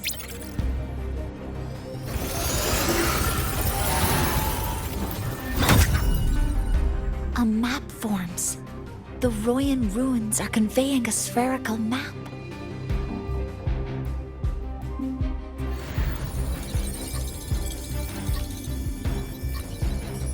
What are these 2 places? The one on the surface corresponds to the Strider Gate. As for the one at the center, there's too little data to confirm. But by geometric definition, it's the origin point of the entire map.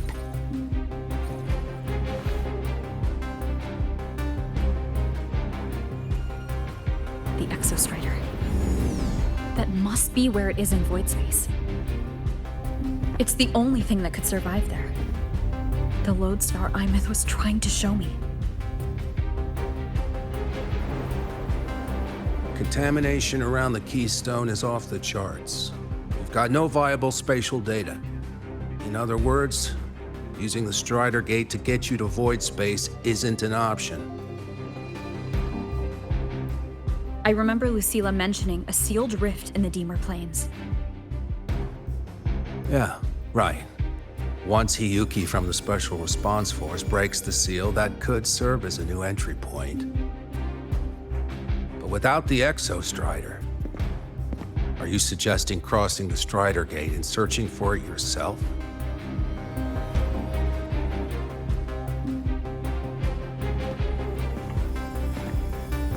Now that we have a concrete map, I should be able to retrieve the Exostrider before my power of separation gives out.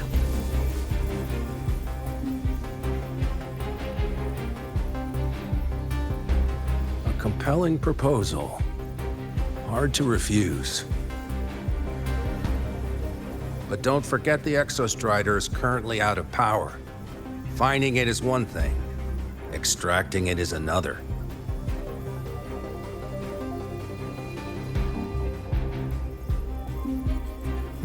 Then we set a hard deadline. If I can transmit the Exostrider's coordinates to you before Duskvale initiates, then tell me you'll consider entrusting the drive replica to us. Consider, huh? So you're handing the choice to us?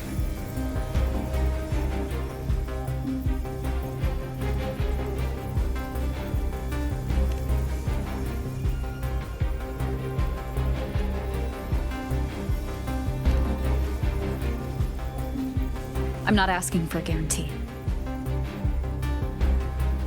I'm trusting you, the professionals on this side, to make the right call.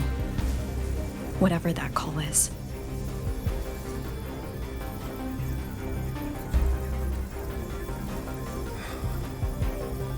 The Exostrider's value justifies the risk. I agree to your proposal.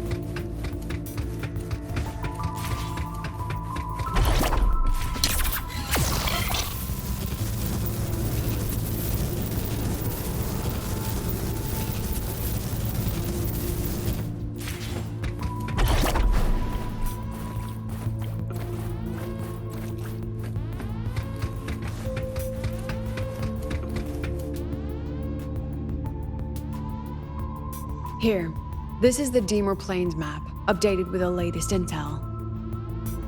Be mindful of the contamination. It's not just the exoswarm or local life forms being affected. It's sealing off the terrain itself. That said, where there's a will, there's a workaround. Hiyuki found one, though took her some time. That Miko? Yes, she's been investigating the Deemer Plains in secret. You'll meet her there. She also asked me to tell you that she's run into the Fraxidus there, including the missing girl, Denia. Let's just say honesty is in her nature. She just thought you might want to know. Perhaps her way of showing she has no hidden agenda. Noted. I'll be leaving then. Wait, Look me in the eyes. Relax. It's my forte. You've seen it before. I will temper this moment into a bullet of memory, carved with your name, your face, and all you have been. What carries you is not only your own strength.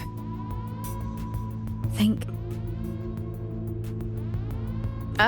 Save that for when you come back.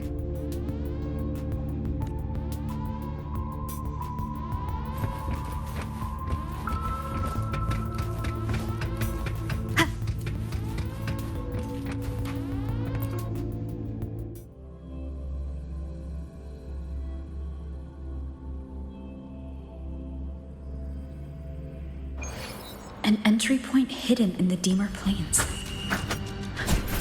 Time to get to Bjarter Woods.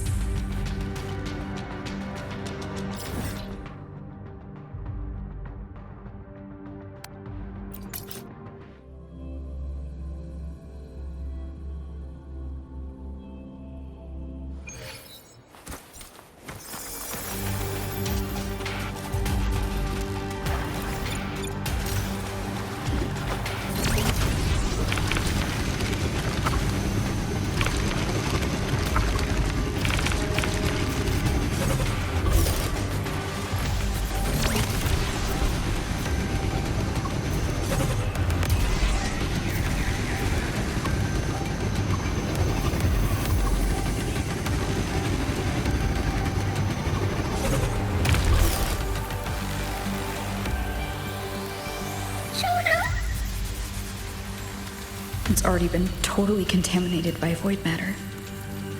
Might be worse than I thought the lower I go. But the frost seems to be slowing the spread. That frequency. It feels like Hiyuki's.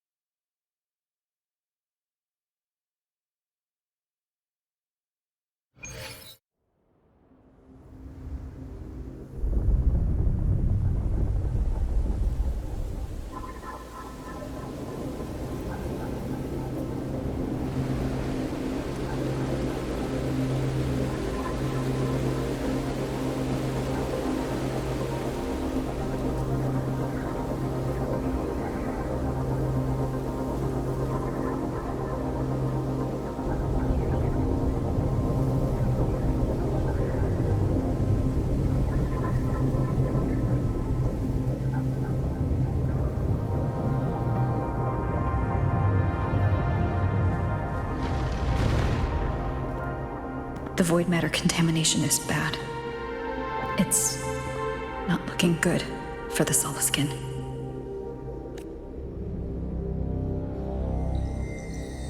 This white bird. Did Hiyuki leave it here?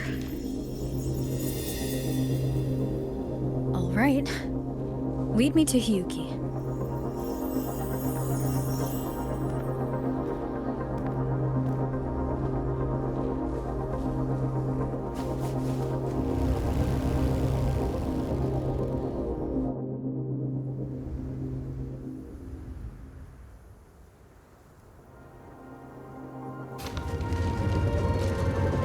Where is it leading me?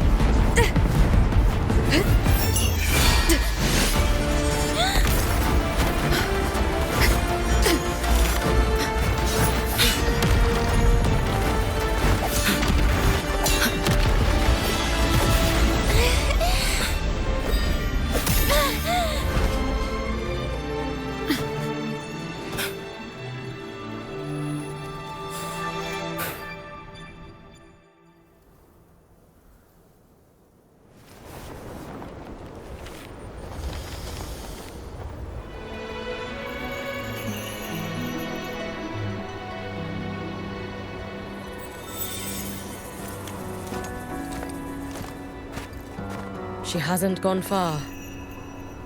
Probably watching us from the shadows.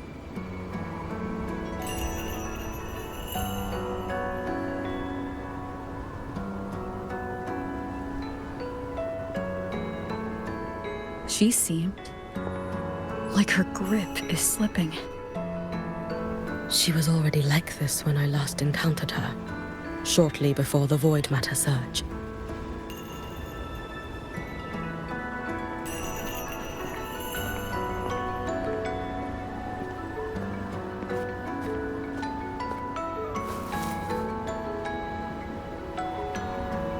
Hiyuki, when you fought Denia, did you see anything? Like a shadowy hand? Yes. Then Denia was behind the incident beyond the Strider Gate. Could she also be responsible for the Academy's Void Matter surge? Lucilla contacted me. She said you intend to return beyond Strider Gate. The roads here have been swallowed by Void Matter. There is no direct passage. Lucilla must have told you of the rift that appeared over a decade ago. Thinking back now, that was likely the Fraxidus' doing. Luke said the Grand Architect caused that rift. That was what led to Aemeath's death in the simulator cockpit.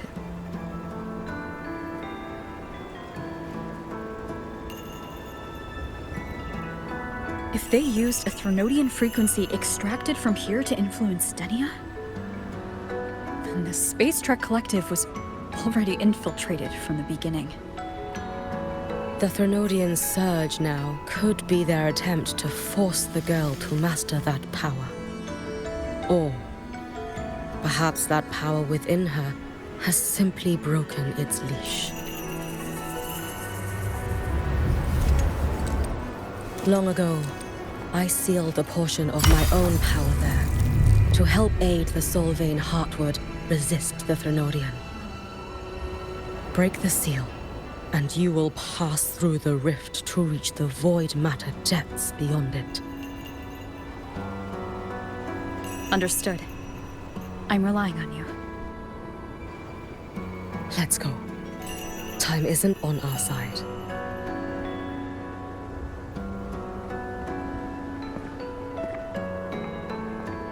Savior, who has always walked with victory. This time, have you come to save Lahai Roi?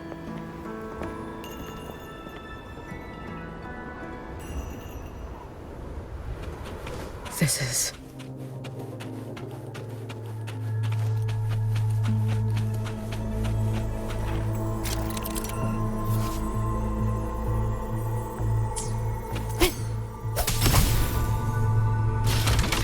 Is it trying to tell me something?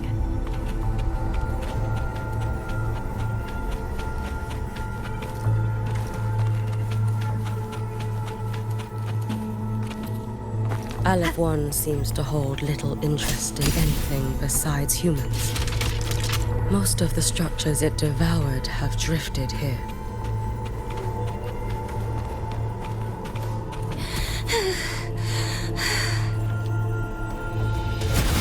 It's that girl. Be cautious. Denia? Can you hear me? I will handle this.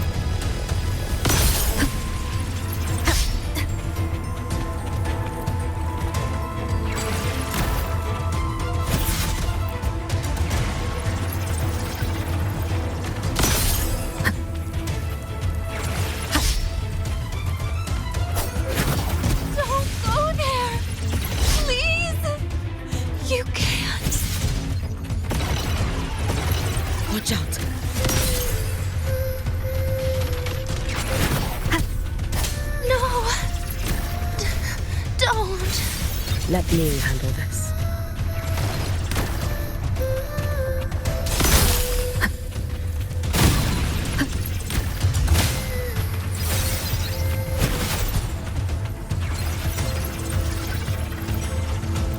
It's fine.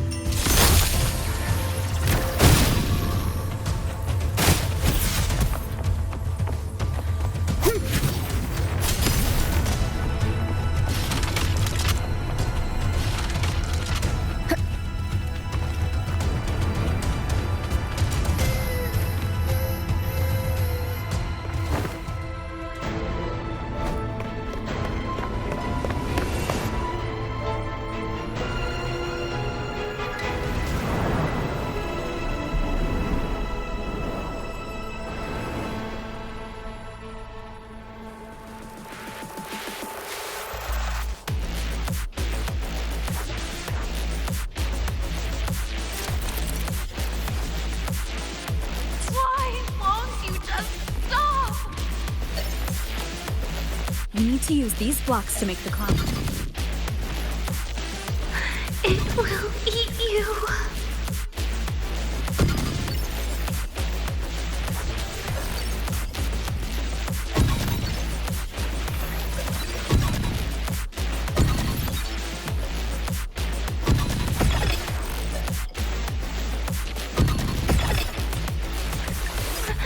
Sorry. You really shouldn't go. I sent you away. So why? So it was you, Denia.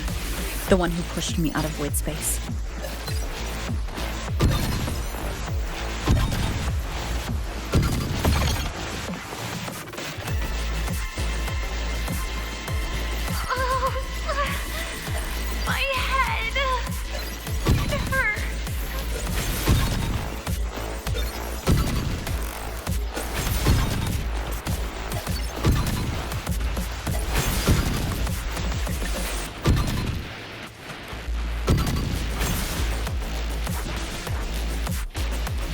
No.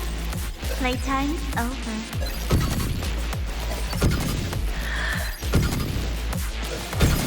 Come back to me, sweet girl.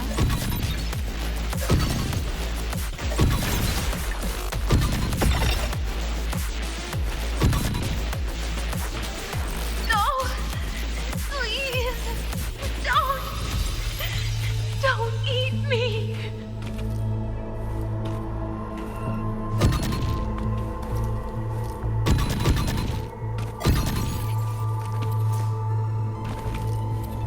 Child's state. She did not appear to be under complete control. It was Denia herself who stopped us. Let's go. We need to get up there first. Got it. Have you been watching over Denia here? Yes. After I sensed the Thenodian's breach.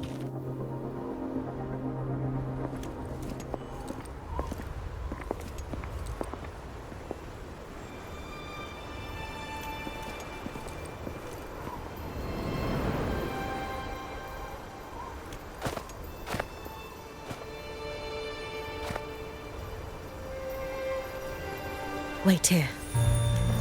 This seal is wrought from the future's tithe. To put it simply, I drew upon countless versions of my future self and anchored them here to suppress the void matter. To break the seal is to reclaim those futures. That task is mine alone. I understand. I'll leave it to you. There is one thing. With Aleph 1 active, I may not be able to restore this seal once it is broken. You choose the most perilous path at the most perilous time.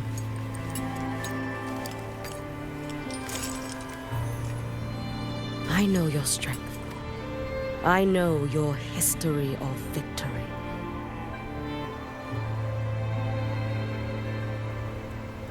take such a risk? Is it because you remain confident you will not fail? That you cannot lose to the Threnodians? No, I've failed before. I don't think anyone can win forever. If I'd never lost, maybe I'd still have my memories. I wouldn't need to start over, and Solaris would be free from the lament. I do this because I can, and because someone has to. And what if you fail?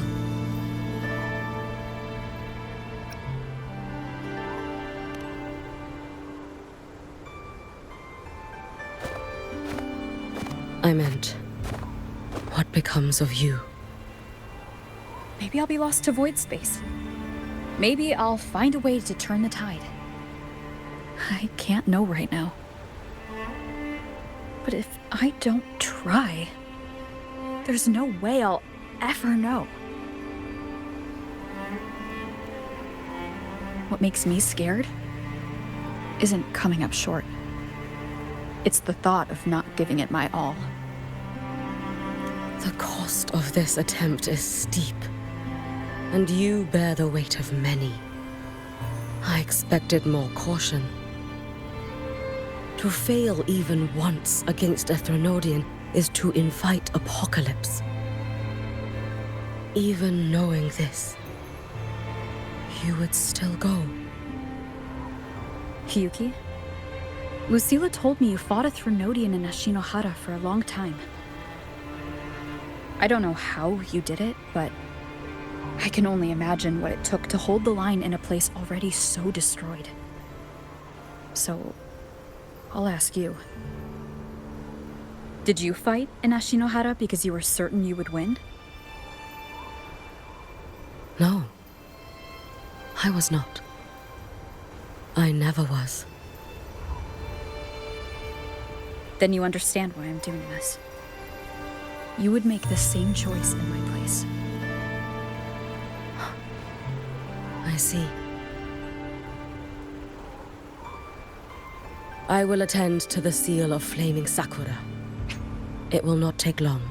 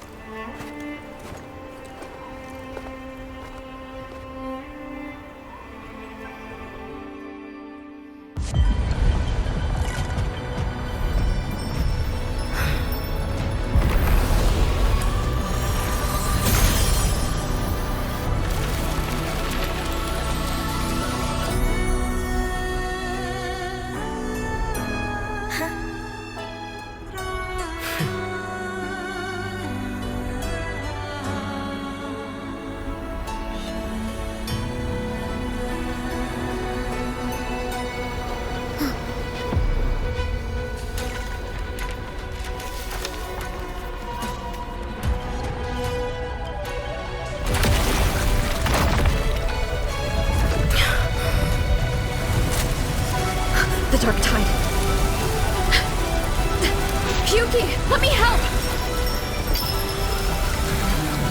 No need. I must do this myself.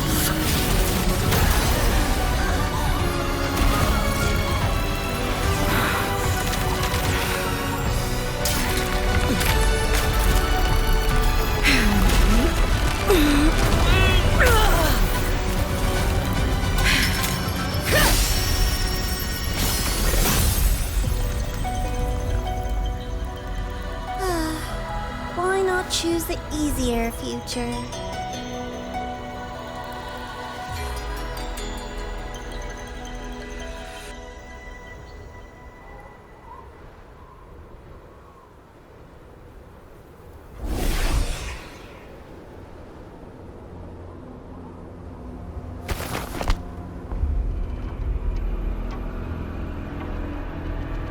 The girl.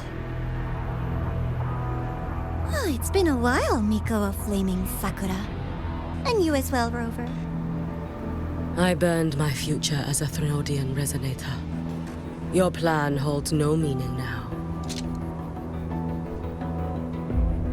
Every step in our dance has its purpose, Lady Miko. Our paths have crossed often, but in my design, this is our true introduction to each other. Because at last, I have a masterpiece, worthy of your attention. You infiltrated the collective for Denia and Hiyuki. You wanted Leviathan's power to merge them into one. Denia was always a Fractidus creation. She's honored to be used as intended. A creation?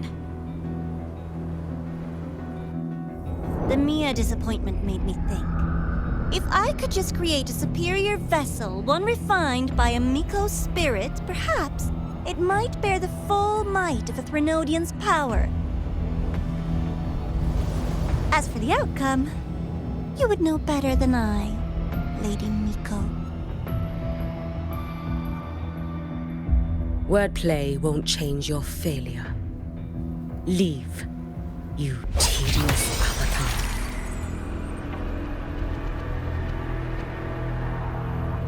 Failure? No. Listen, you two.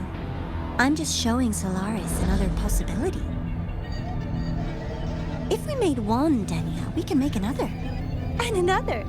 Until we hold a complete obedient Threnodian resonator in our hands.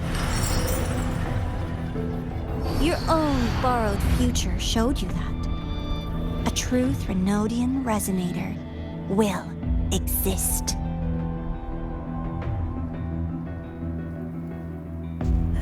Help! Help me! All that desperate running on the wheel and you still came up short. I'll have to throw you away.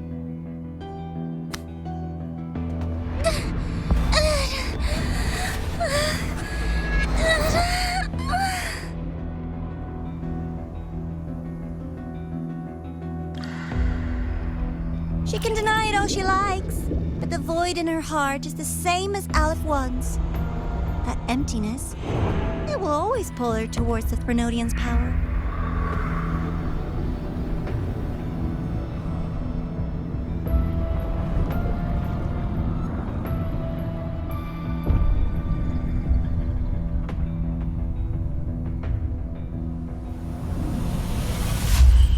Chase her if you must. You do so love playing the savior, Rover. As for this avatar, I'll spare you the trouble.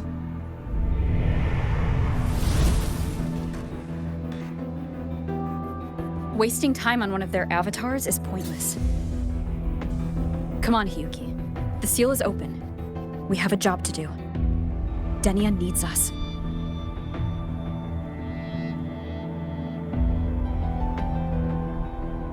If you wish, I can tell you about my history with the Fractidus. But of course, Denia is the more pressing matter.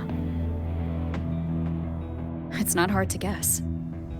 The Grand Architect wanted your power as the Miko of Flaming Sakura, didn't they? But like you said, you burned that one future as a Threnodian resonator. You can be done with them.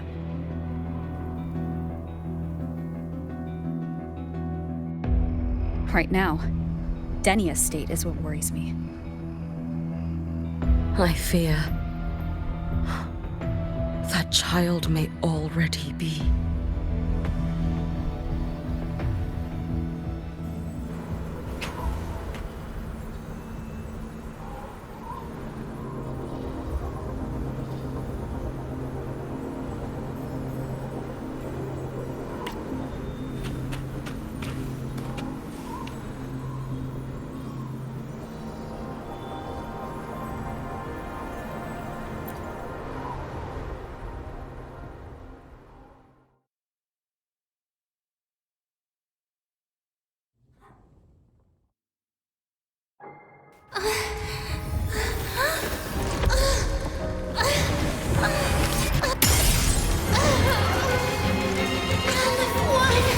I curse you!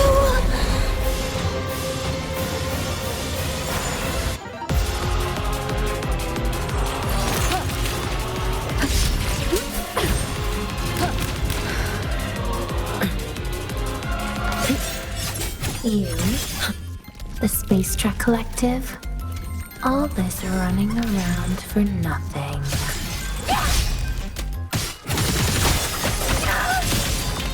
Worry not for me. Too late to escape. Take your final dive into America. Tuesday. Pretty slow.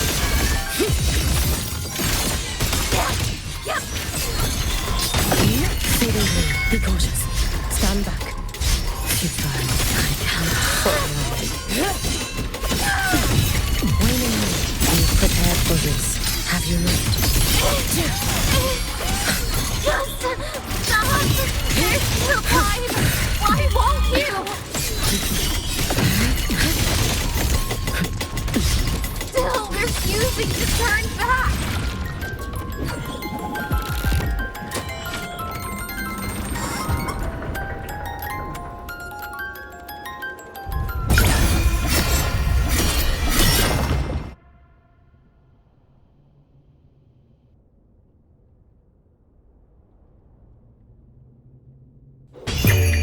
For all wishes spoken, this vessel I offer.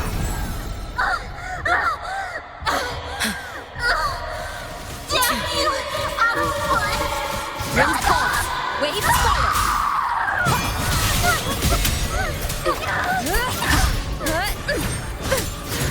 Hopefully this helps. Wind howls.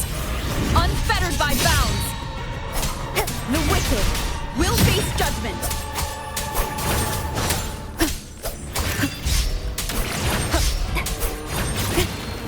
You can trust me.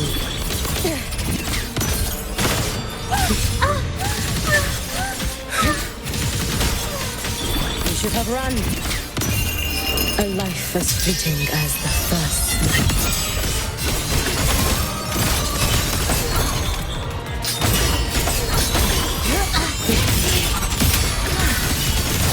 In my wake. Roam above the inferno, gazing at the snow. Be cautious. Stand back.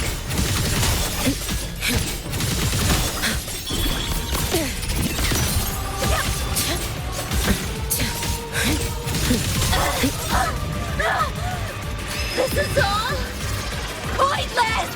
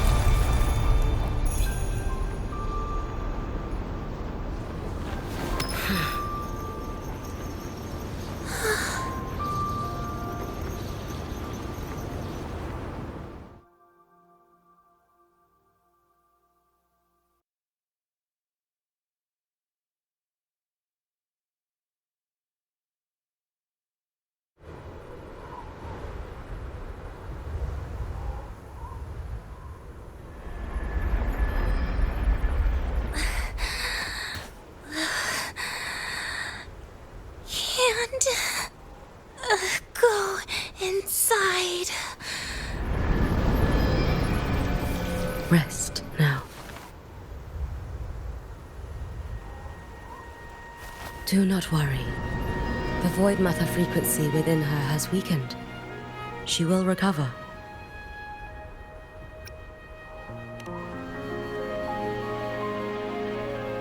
Forgive me, but I believe waiting for the void matter to spread would take too long. This will be faster. Allow me to handle this. There is not much time left in your deadline with Mr. Chase.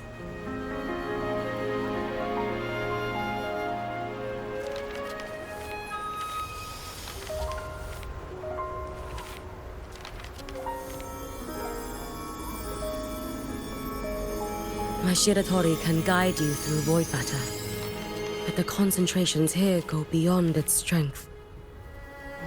So I will draw upon a future where I learned to fully channel its power. It will protect you and help you find the path you seek.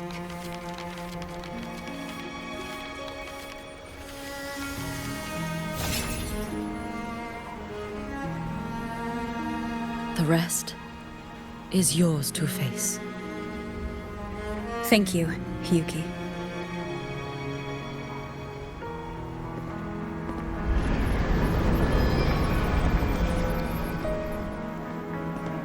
I've read the Space Track Collector's report on Aemeath. She wrote that her intention is saving the world. Lucilla said you are her family. I suppose you must be the reason she held that vision.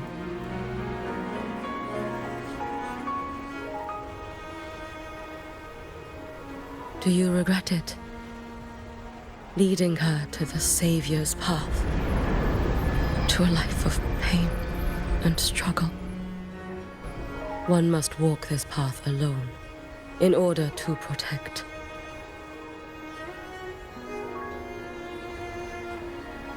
And those who walk it out of admiration will lose themselves in the mire. No, Hiyuki. I don't seek Aemeath to confess my regrets. I want to find her, so I can tell her. I hope to make you proud. I hope I haven't let you down. I've always been proud of her. She chose to walk this path with me, so I know I'm not alone. Should I ever fail, I know there will be someone who will continue to protect Solaris. With your extraordinary strength, that is indeed possible. But for those who are too weak to save others, there is only futility waiting at the end. As I learned when I failed to save Ashinohara. All I can do now is hold my Sutsu tightly to ensure that after Hiyuki, there will be no more Miko of Flaming Sakura. That is all that remains.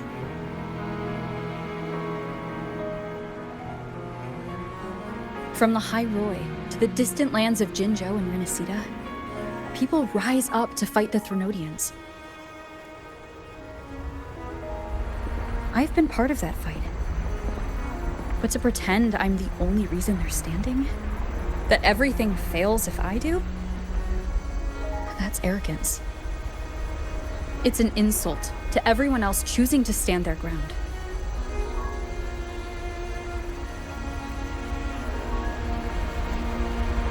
My victories were never mine alone. If even one person makes it to the end of this road, then we're still winning. Hiyuki, when you're walking alone and feel that weight, just stop for a moment. Look around. Stop. You'll see that there are people who draw strength from you. People out there who are proud of you. And when you finally reach the end of your journey, you'll know it was never futile.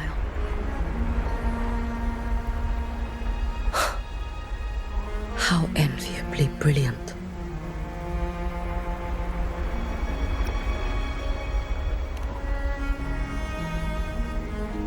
It is nothing. I will tell you when you return. All right. I'll be back soon.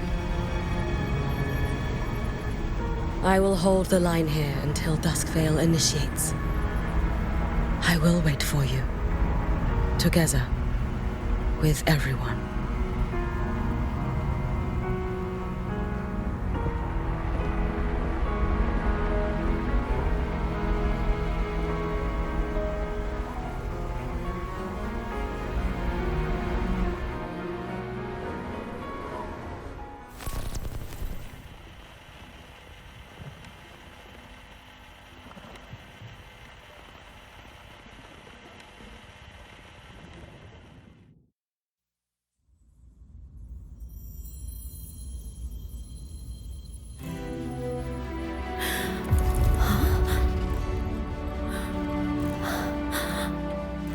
Exostrider?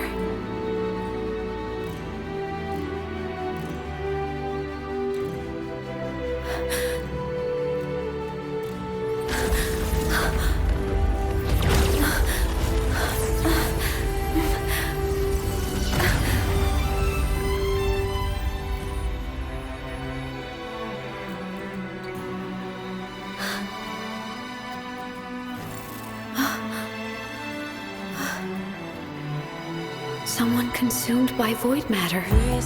Come here. The Exostrider's power is nearly spent, but I'll do my best to protect you.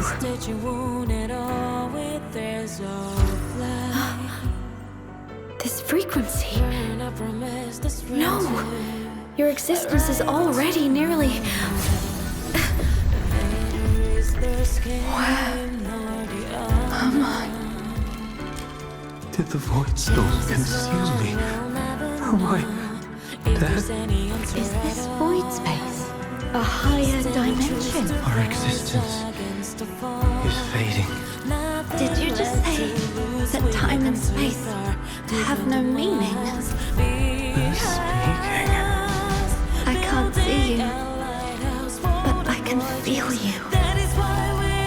Sound doesn't travel here. Thoughts do.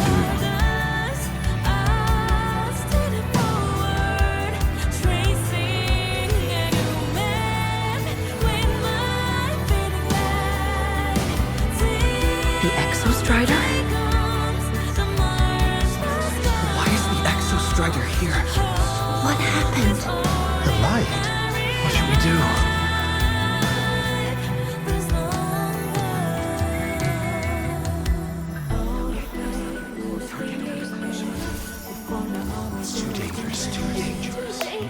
What are you doing? This is meaningless. That's enough. It's futile. Our lives already ended in the void. I heard the Exostrider's cry for help. I want to find it. Time and space don't mean a thing. We'll never reach it. I know what the Exostrider means to the Lahai Roi, but This is meaningless. You want to give up. save it? How? It's futile. But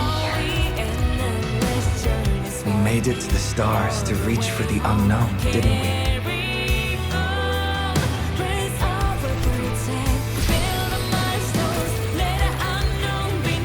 Just another step on a long road of discovery. You... This is where we came from. A space-time coordinate with the Exostrider as the origin? But that's impossible inside a black hole.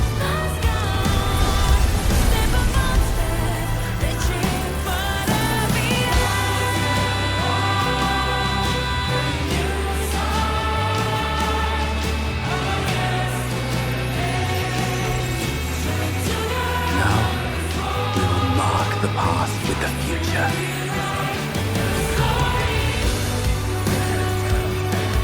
Thank you. You charted the unknown with your lives. I'll make sure it's not in vain.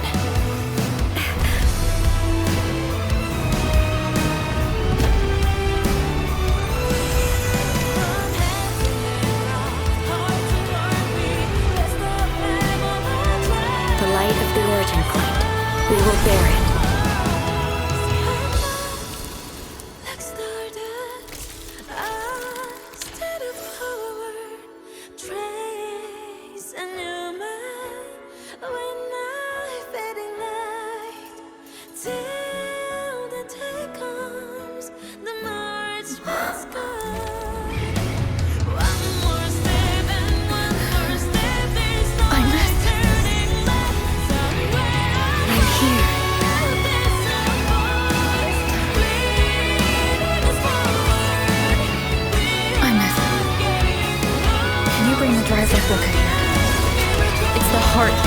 the Exostrider.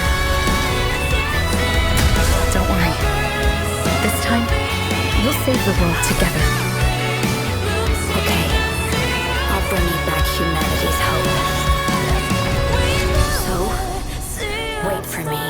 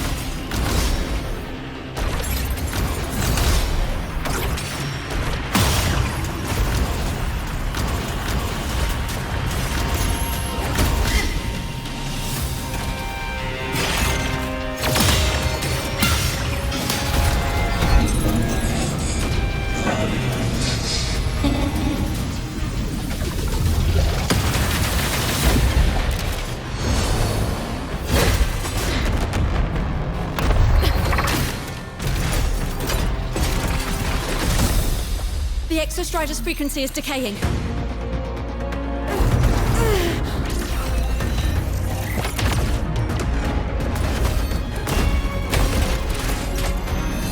Its reading is about to flatline. Status on the drive replica. Almost ready. We just need the calibration data now.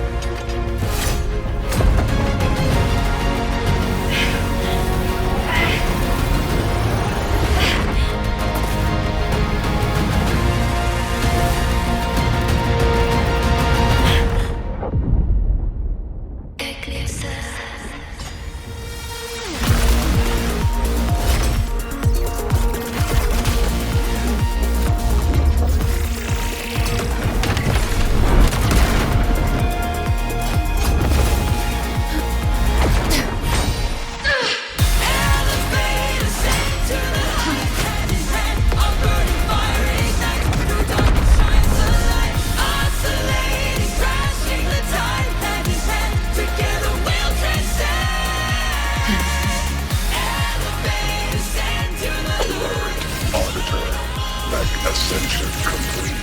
Systems at peak. Ready to re-engage enemy. Exostrider, you're awake. Assessment. A human heart is now operational within you. I can now speak with their voice. In Frostlands, where civilization should not have taken root, a collective was born, a will to explore what lies beyond. They have chosen me.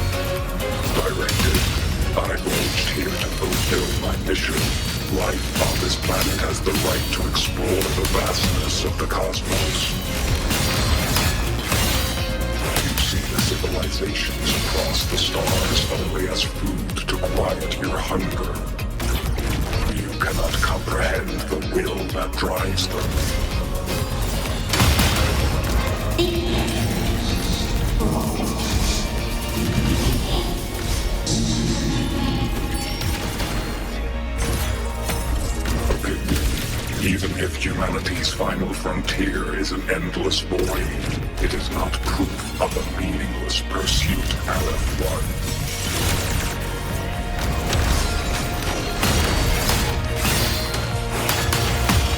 Spite. Engage. Full expansion.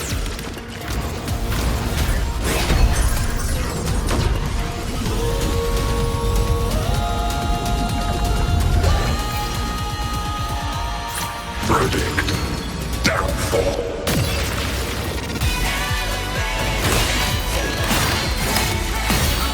Execute. Overkill.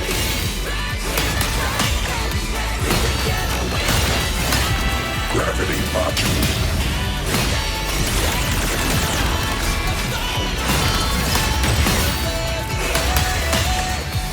Engage.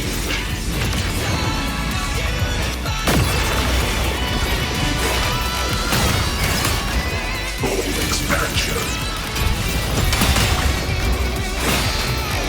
Overkill.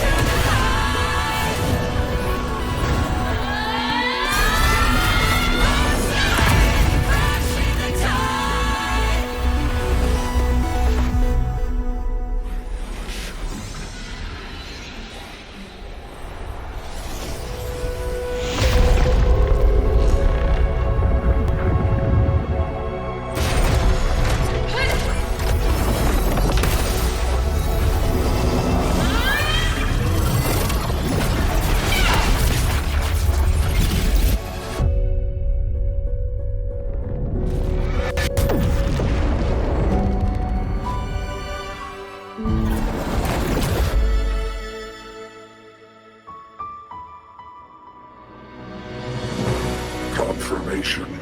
Battle concluded. Void matter responses within this sector have dissipated. But Threnodian Aleph-1 wasn't destroyed. Analysis. Resonator Aemeath. Under current parameters, the permanent termination of Aleph-1 is impossible. Therefore, I exercised autonomous judgment and exiled it to the furthest reaches of this universe. Request. Arbiter, permission to remain. Before your final judgment, allow me to submit a log of my experience in Lahai Roi. Log retrieval. On multiple return transits, I was detected by Aleph-1. It pursued me, its objective to enter Solaris through the Strider Gate. It attacked. I fell. But Resonator Aemeath answered me with her power, and I was able to banish a part of Aleph-1. I should have initiated a full system seal to await repairs, but I saw countless pairs of terrified eyes. Discovery. The Roya in the Frostland stood helpless before the Threnodians' void matter calamity. I saw panic and dread. Following the protocols shared with the Sentinels, I extracted my reactor drive and encased it deep within the ice. Then I powered down to slumber. Exception. A momentary reactivation occurred. Resonator Aemeath resonated with me a second time. She required my power to mend the Strider Gate rift. I complied. That was when I became a digital ghost. But was that the second time we resonated? Or the first? Initial assessment. Upon reactivation, standard procedure was to request your retreat. Direct engagement with Aleph-1 was a tactical irrationality. But the human heart granted me a voice. The will of this civilization gave me the strength to stand with you. Component analysis. This drive replica forged by humans is crude and fragile compared to my original drive. I can feel each one of its pulse cycles, violent, eroding itself with every beat. The shrill, grating friction of wear. This is the first time I have ever heard myself. A heartbeat bestowed upon me by them. With this heart installed, I have acquired capabilities previously undocumented outside the Sentinel Mech series. Projection. Given Threnodian Aleph-1's abilities, we must assume it retains the capacity to return. Once the Strider Gate is fully sealed, I will remain on this side as its guardian. I will bar its re-entry into Solaris. Request. Arbiter, I was born from humanity's hope. Please permit me to remain here and protect them until this heart ceases to beat. Query. Resonator Aemeath, are you willing to accept a portion of my power? When I first arrived in Lahai Roi, your assistance allowed me to seal the Threnodian beyond the Strider Gate. Your current state is a consequence for which I bear responsibility. While I slumbered, you safeguarded Lahai Roi in my stead. Now, the death that once drew near has been severed. Henceforth, your companion will be an enduring life. Summary. I am experiencing the state defined as guilt. Oh, Exostrider, you're really wearing your heart on your sleeve, aren't you? But hey, I chose this path myself. Made my peace where it ends a long time ago. As for your question, This savior's got a career to uphold. Gotta level up if I'm gonna keep kicking bad guy butt, right? So your power? Hell yeah, I'll take it. Authorization. Resonator Aemeath's agreement confirmed. Synchronization limit removed. Commencing resonance.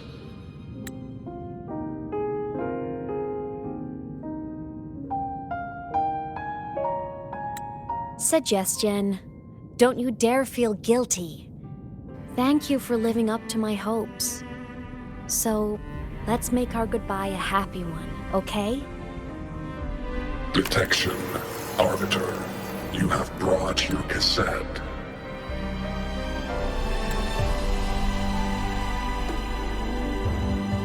Proposal. Please allow me to take it. I wish to burn a frequency onto the tape for you to return to Lahai Roi. Briefing.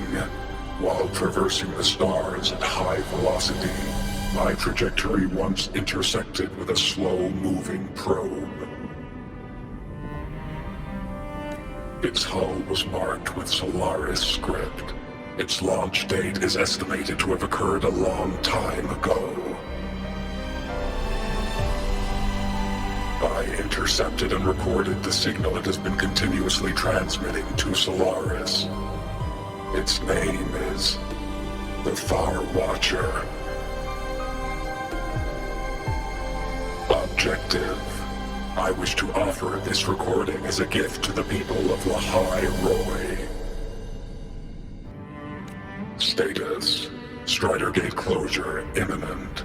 Preparing to return the Arbiter and Resonator to Lahai Roi. Query. One last thing, Arbiter. Will you permit me to alter my designation to bear the name Lahai Roi? Objective.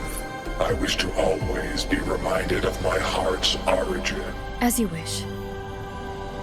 Designation change complete. Thank you, Arbiter. Valediction. Farewell, Arbiter. Please deliver my temporary goodbye to the people who forged this heart.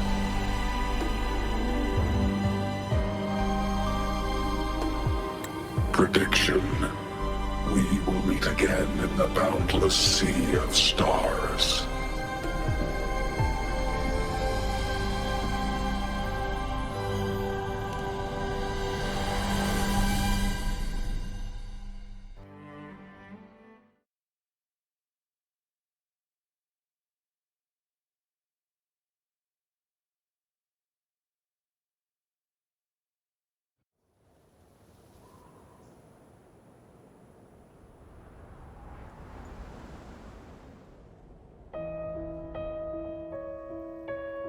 It's been so long since I last saw Solaris. Feels weirdly nostalgic. Now that Aleph 1's been kicked to the cosmic curb, Lahai Roi can finally breathe easy.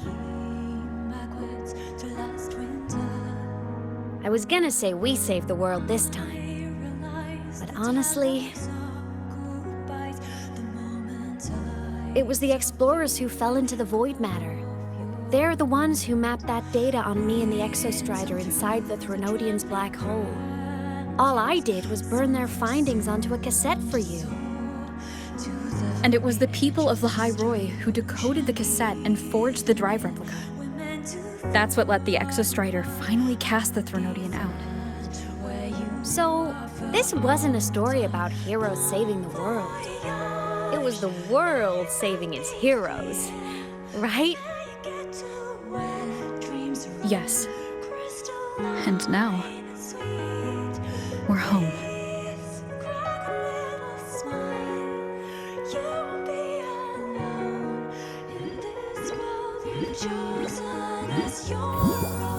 Don't worry, I'm well aware that all snowflakes melt in the end. You're back. Yeah, I'm back now. Flamboyantly into that good night.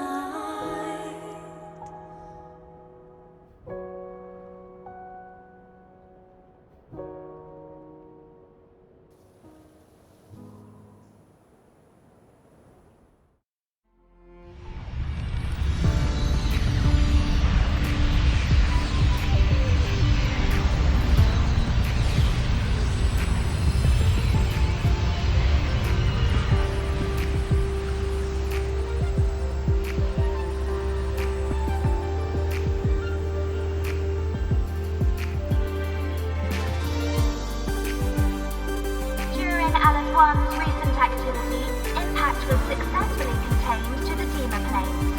Within the planes themselves, void matter concentrations have dropped significantly across most sectors.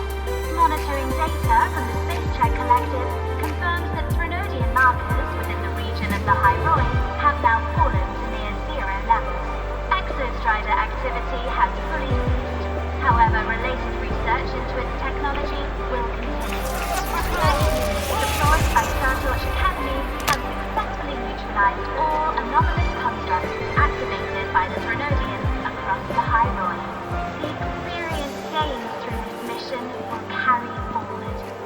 In the Outer Woods, the area closest to the Threnodians' attempted breach, partial structural damage has been confirmed. Overall, the situation remains well within control. As void matter levels continue to drop, the Roya will regain access to a broader and more stable range of territory.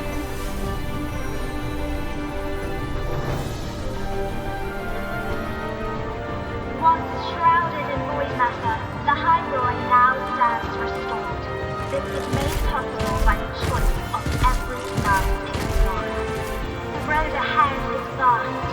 We will reach the stars. And then we'll keep going.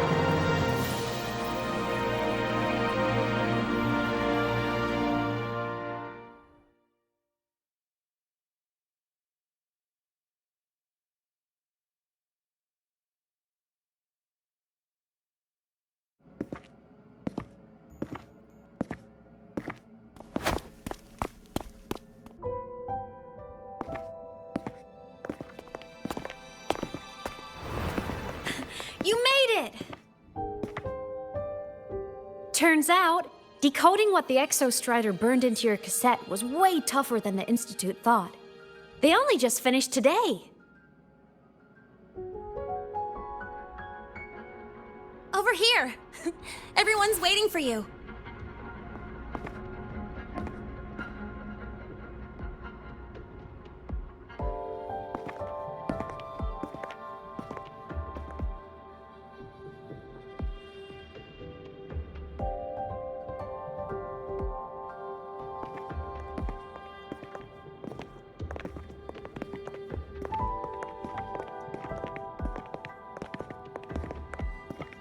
What could it possibly be? Oh, I can't wait to find out.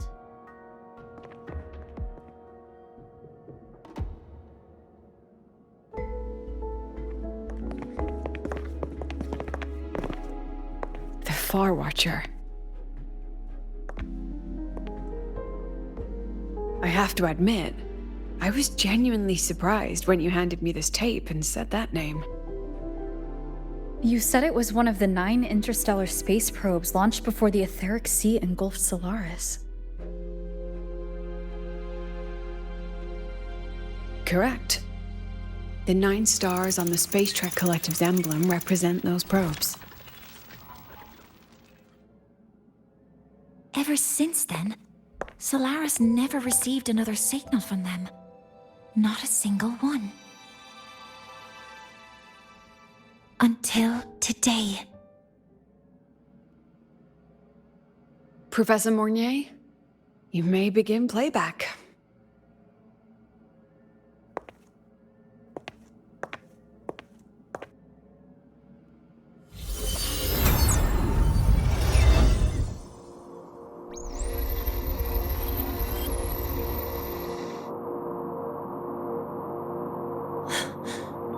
This sounds like white noise. Judging by the cassette's data, they're sounds the Far Watcher recorded while drifting through different galaxies.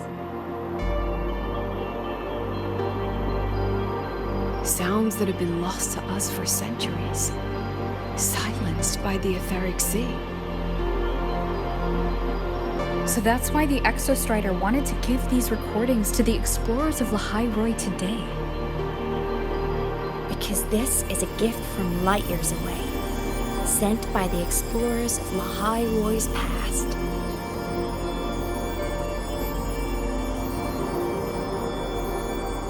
Echoes from the sea of stars.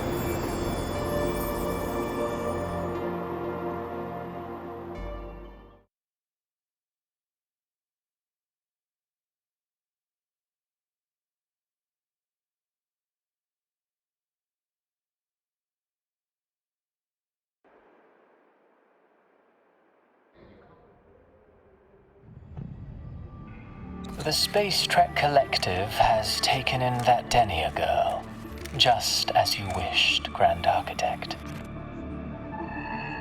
Good. Just let them care for the little doll for now. Such an extraordinary performance. I'm sure I can find another role for her later. All retrieved data has been processed, awaiting review at your leisure. May I ask what you plan to do next?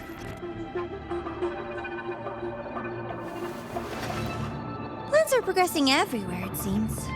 I've dallied in Lahai Roi long enough. Time to stretch my legs. Cristoforo, be a dear and run a message to Eris in the new Federation for me. Understood.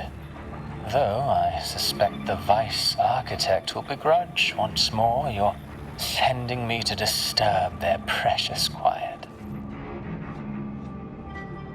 Oh, and will you require me to draft a prologue for your characters?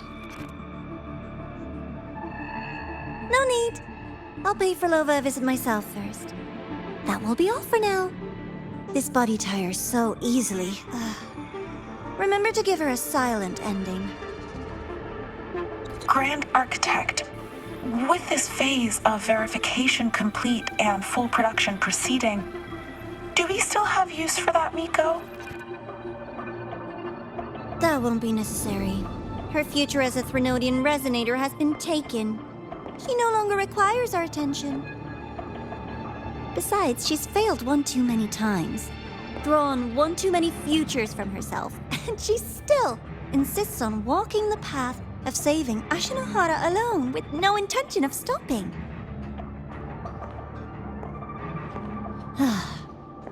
Every step she takes only deepens that obsession.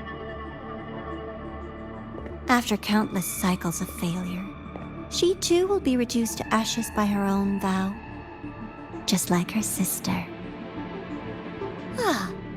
That reminds me. Zashiki Warashi has brought us some rather interesting news.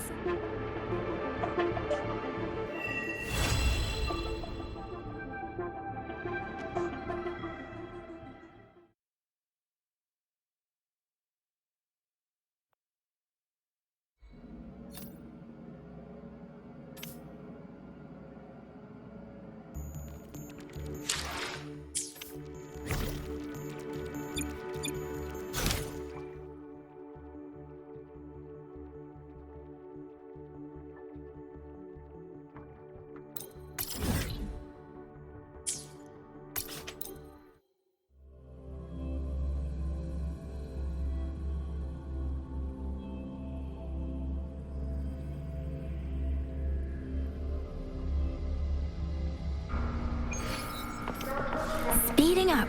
Why are you such a slave to the man? Boom! First, no quick freeze. Second,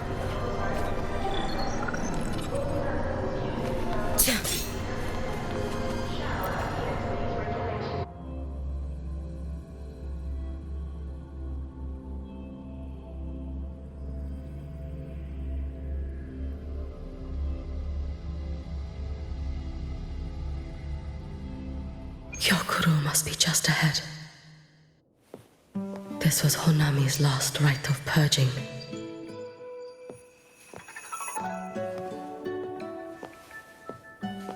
All is settled.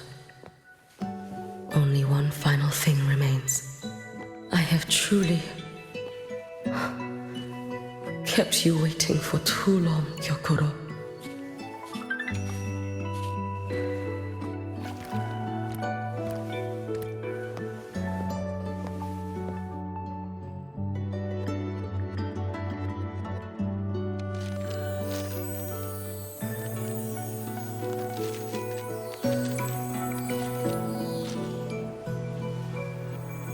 Finally came to see me. Yes, I have come. Made up your mind? I have. Ready to kill me then?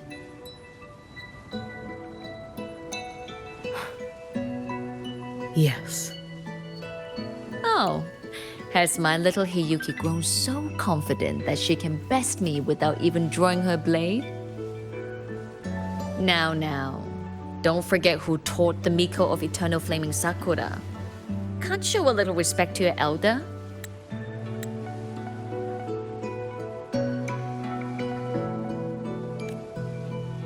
You call what you did to me teaching, Hyukuro?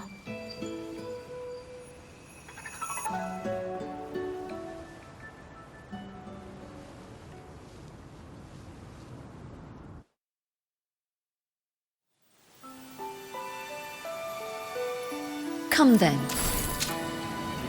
Miko of Eternal Flaming Sakura.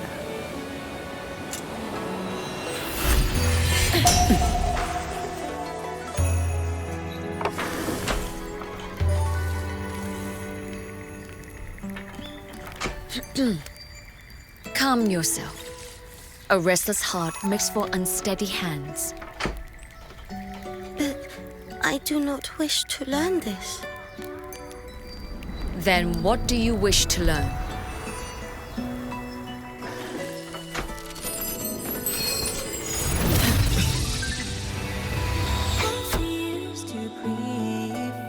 This girl will become a great archer. No, look at her hands. They are swordsman's hands. Not in this life. Her hands aren't ones to hold a blade. Isn't that right? Well now, you have refined your technique.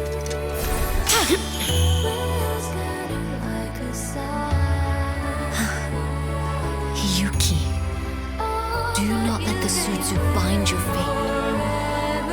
Go seek a future of your own.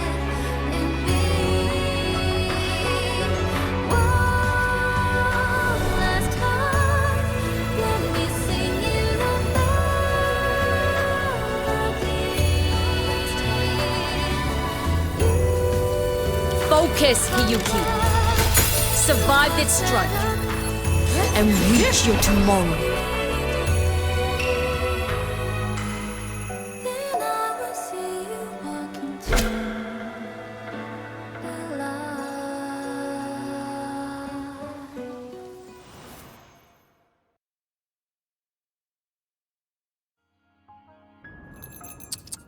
You have mastered many skills from others, but have yet to master the blade work of your own flaming Sakura clan.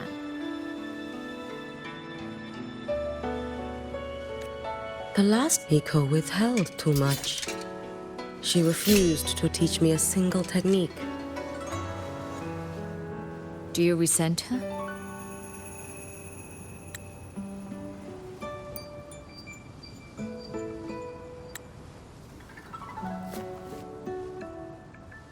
I do. Even now? Every moment.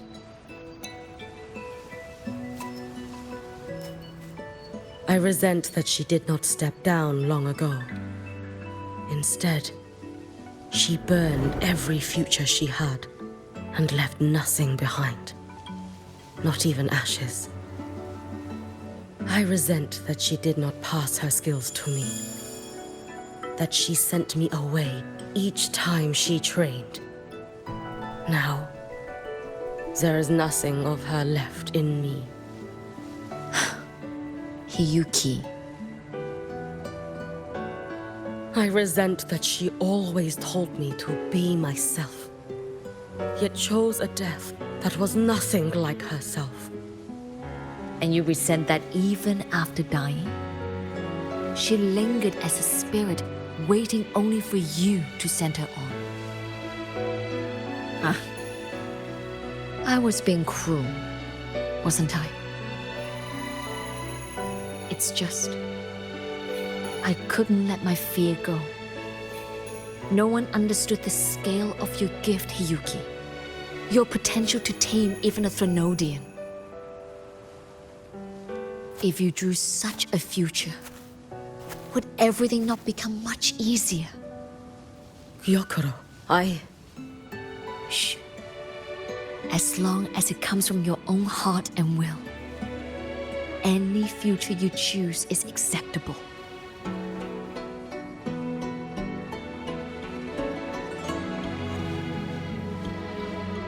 But if our little Hiyuki truly became a Threnodian resonator, well, I'd have no choice but to follow family law and send us both on our way. I have already burned that future. I accepted the Sutsu of my own will. I chose to become the Miko of Flaming Sakura. I know why you refused to teach me your swordsmanship. You never wanted there to be another Miko after you.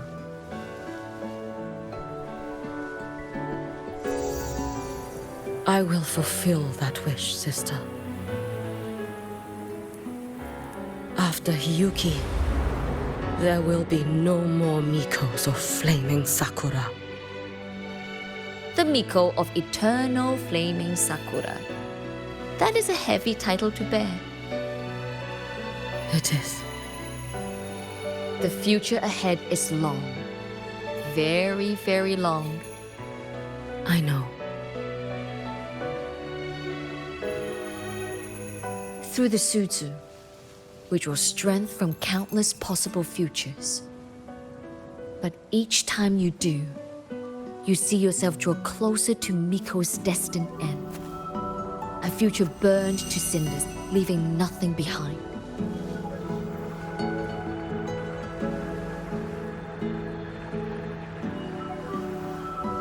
Yes. And before that destined end arrives, I will find a way to drive back the Threnodian. So that Gyokuro may simply be Gyokuro. So that Hiyuki may simply be Hiyuki. So that Ashinohara will no longer need a Miko of Flaming Sakura. You have grown up, a little Hiyuki.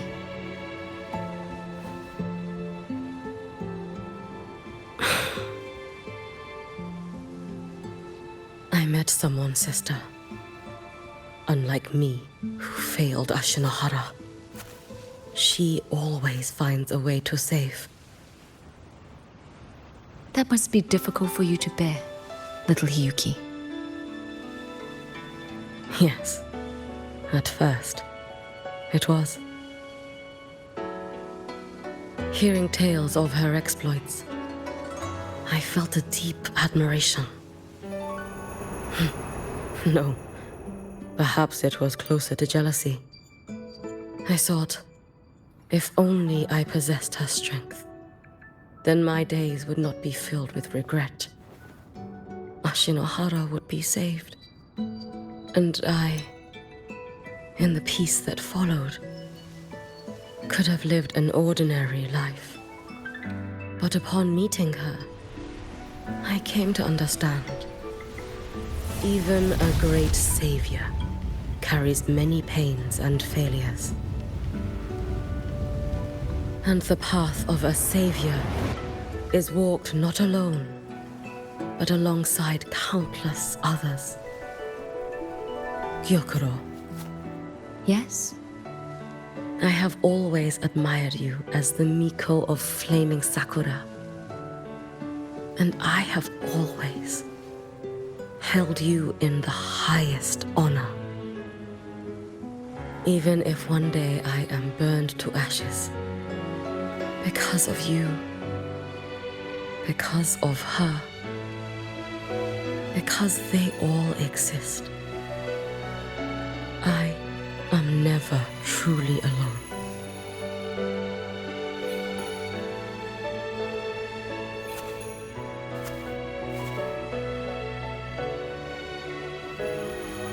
I take great pride in you too.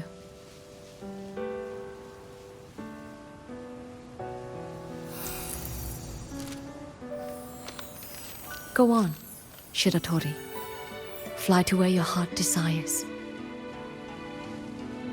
May the day come when you, too, step into spring as freely as anyone in this world.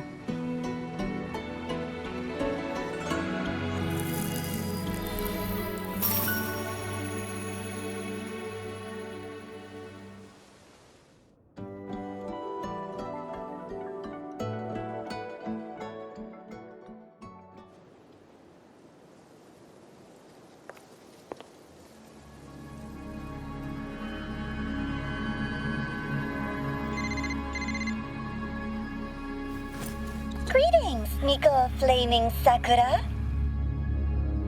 You. Oh, relax. I'm not here to recruit you. I just heard a piece of news and thought you might want to know. Not long ago, that island floating over the sea, your hometown, it vanished. All in a single day. Congratulations on your wish coming true, Lady Miko.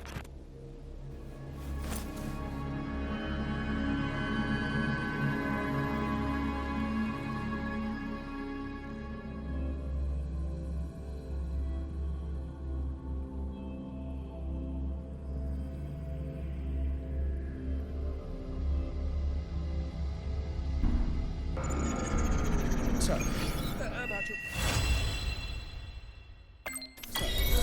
about your paper. Well,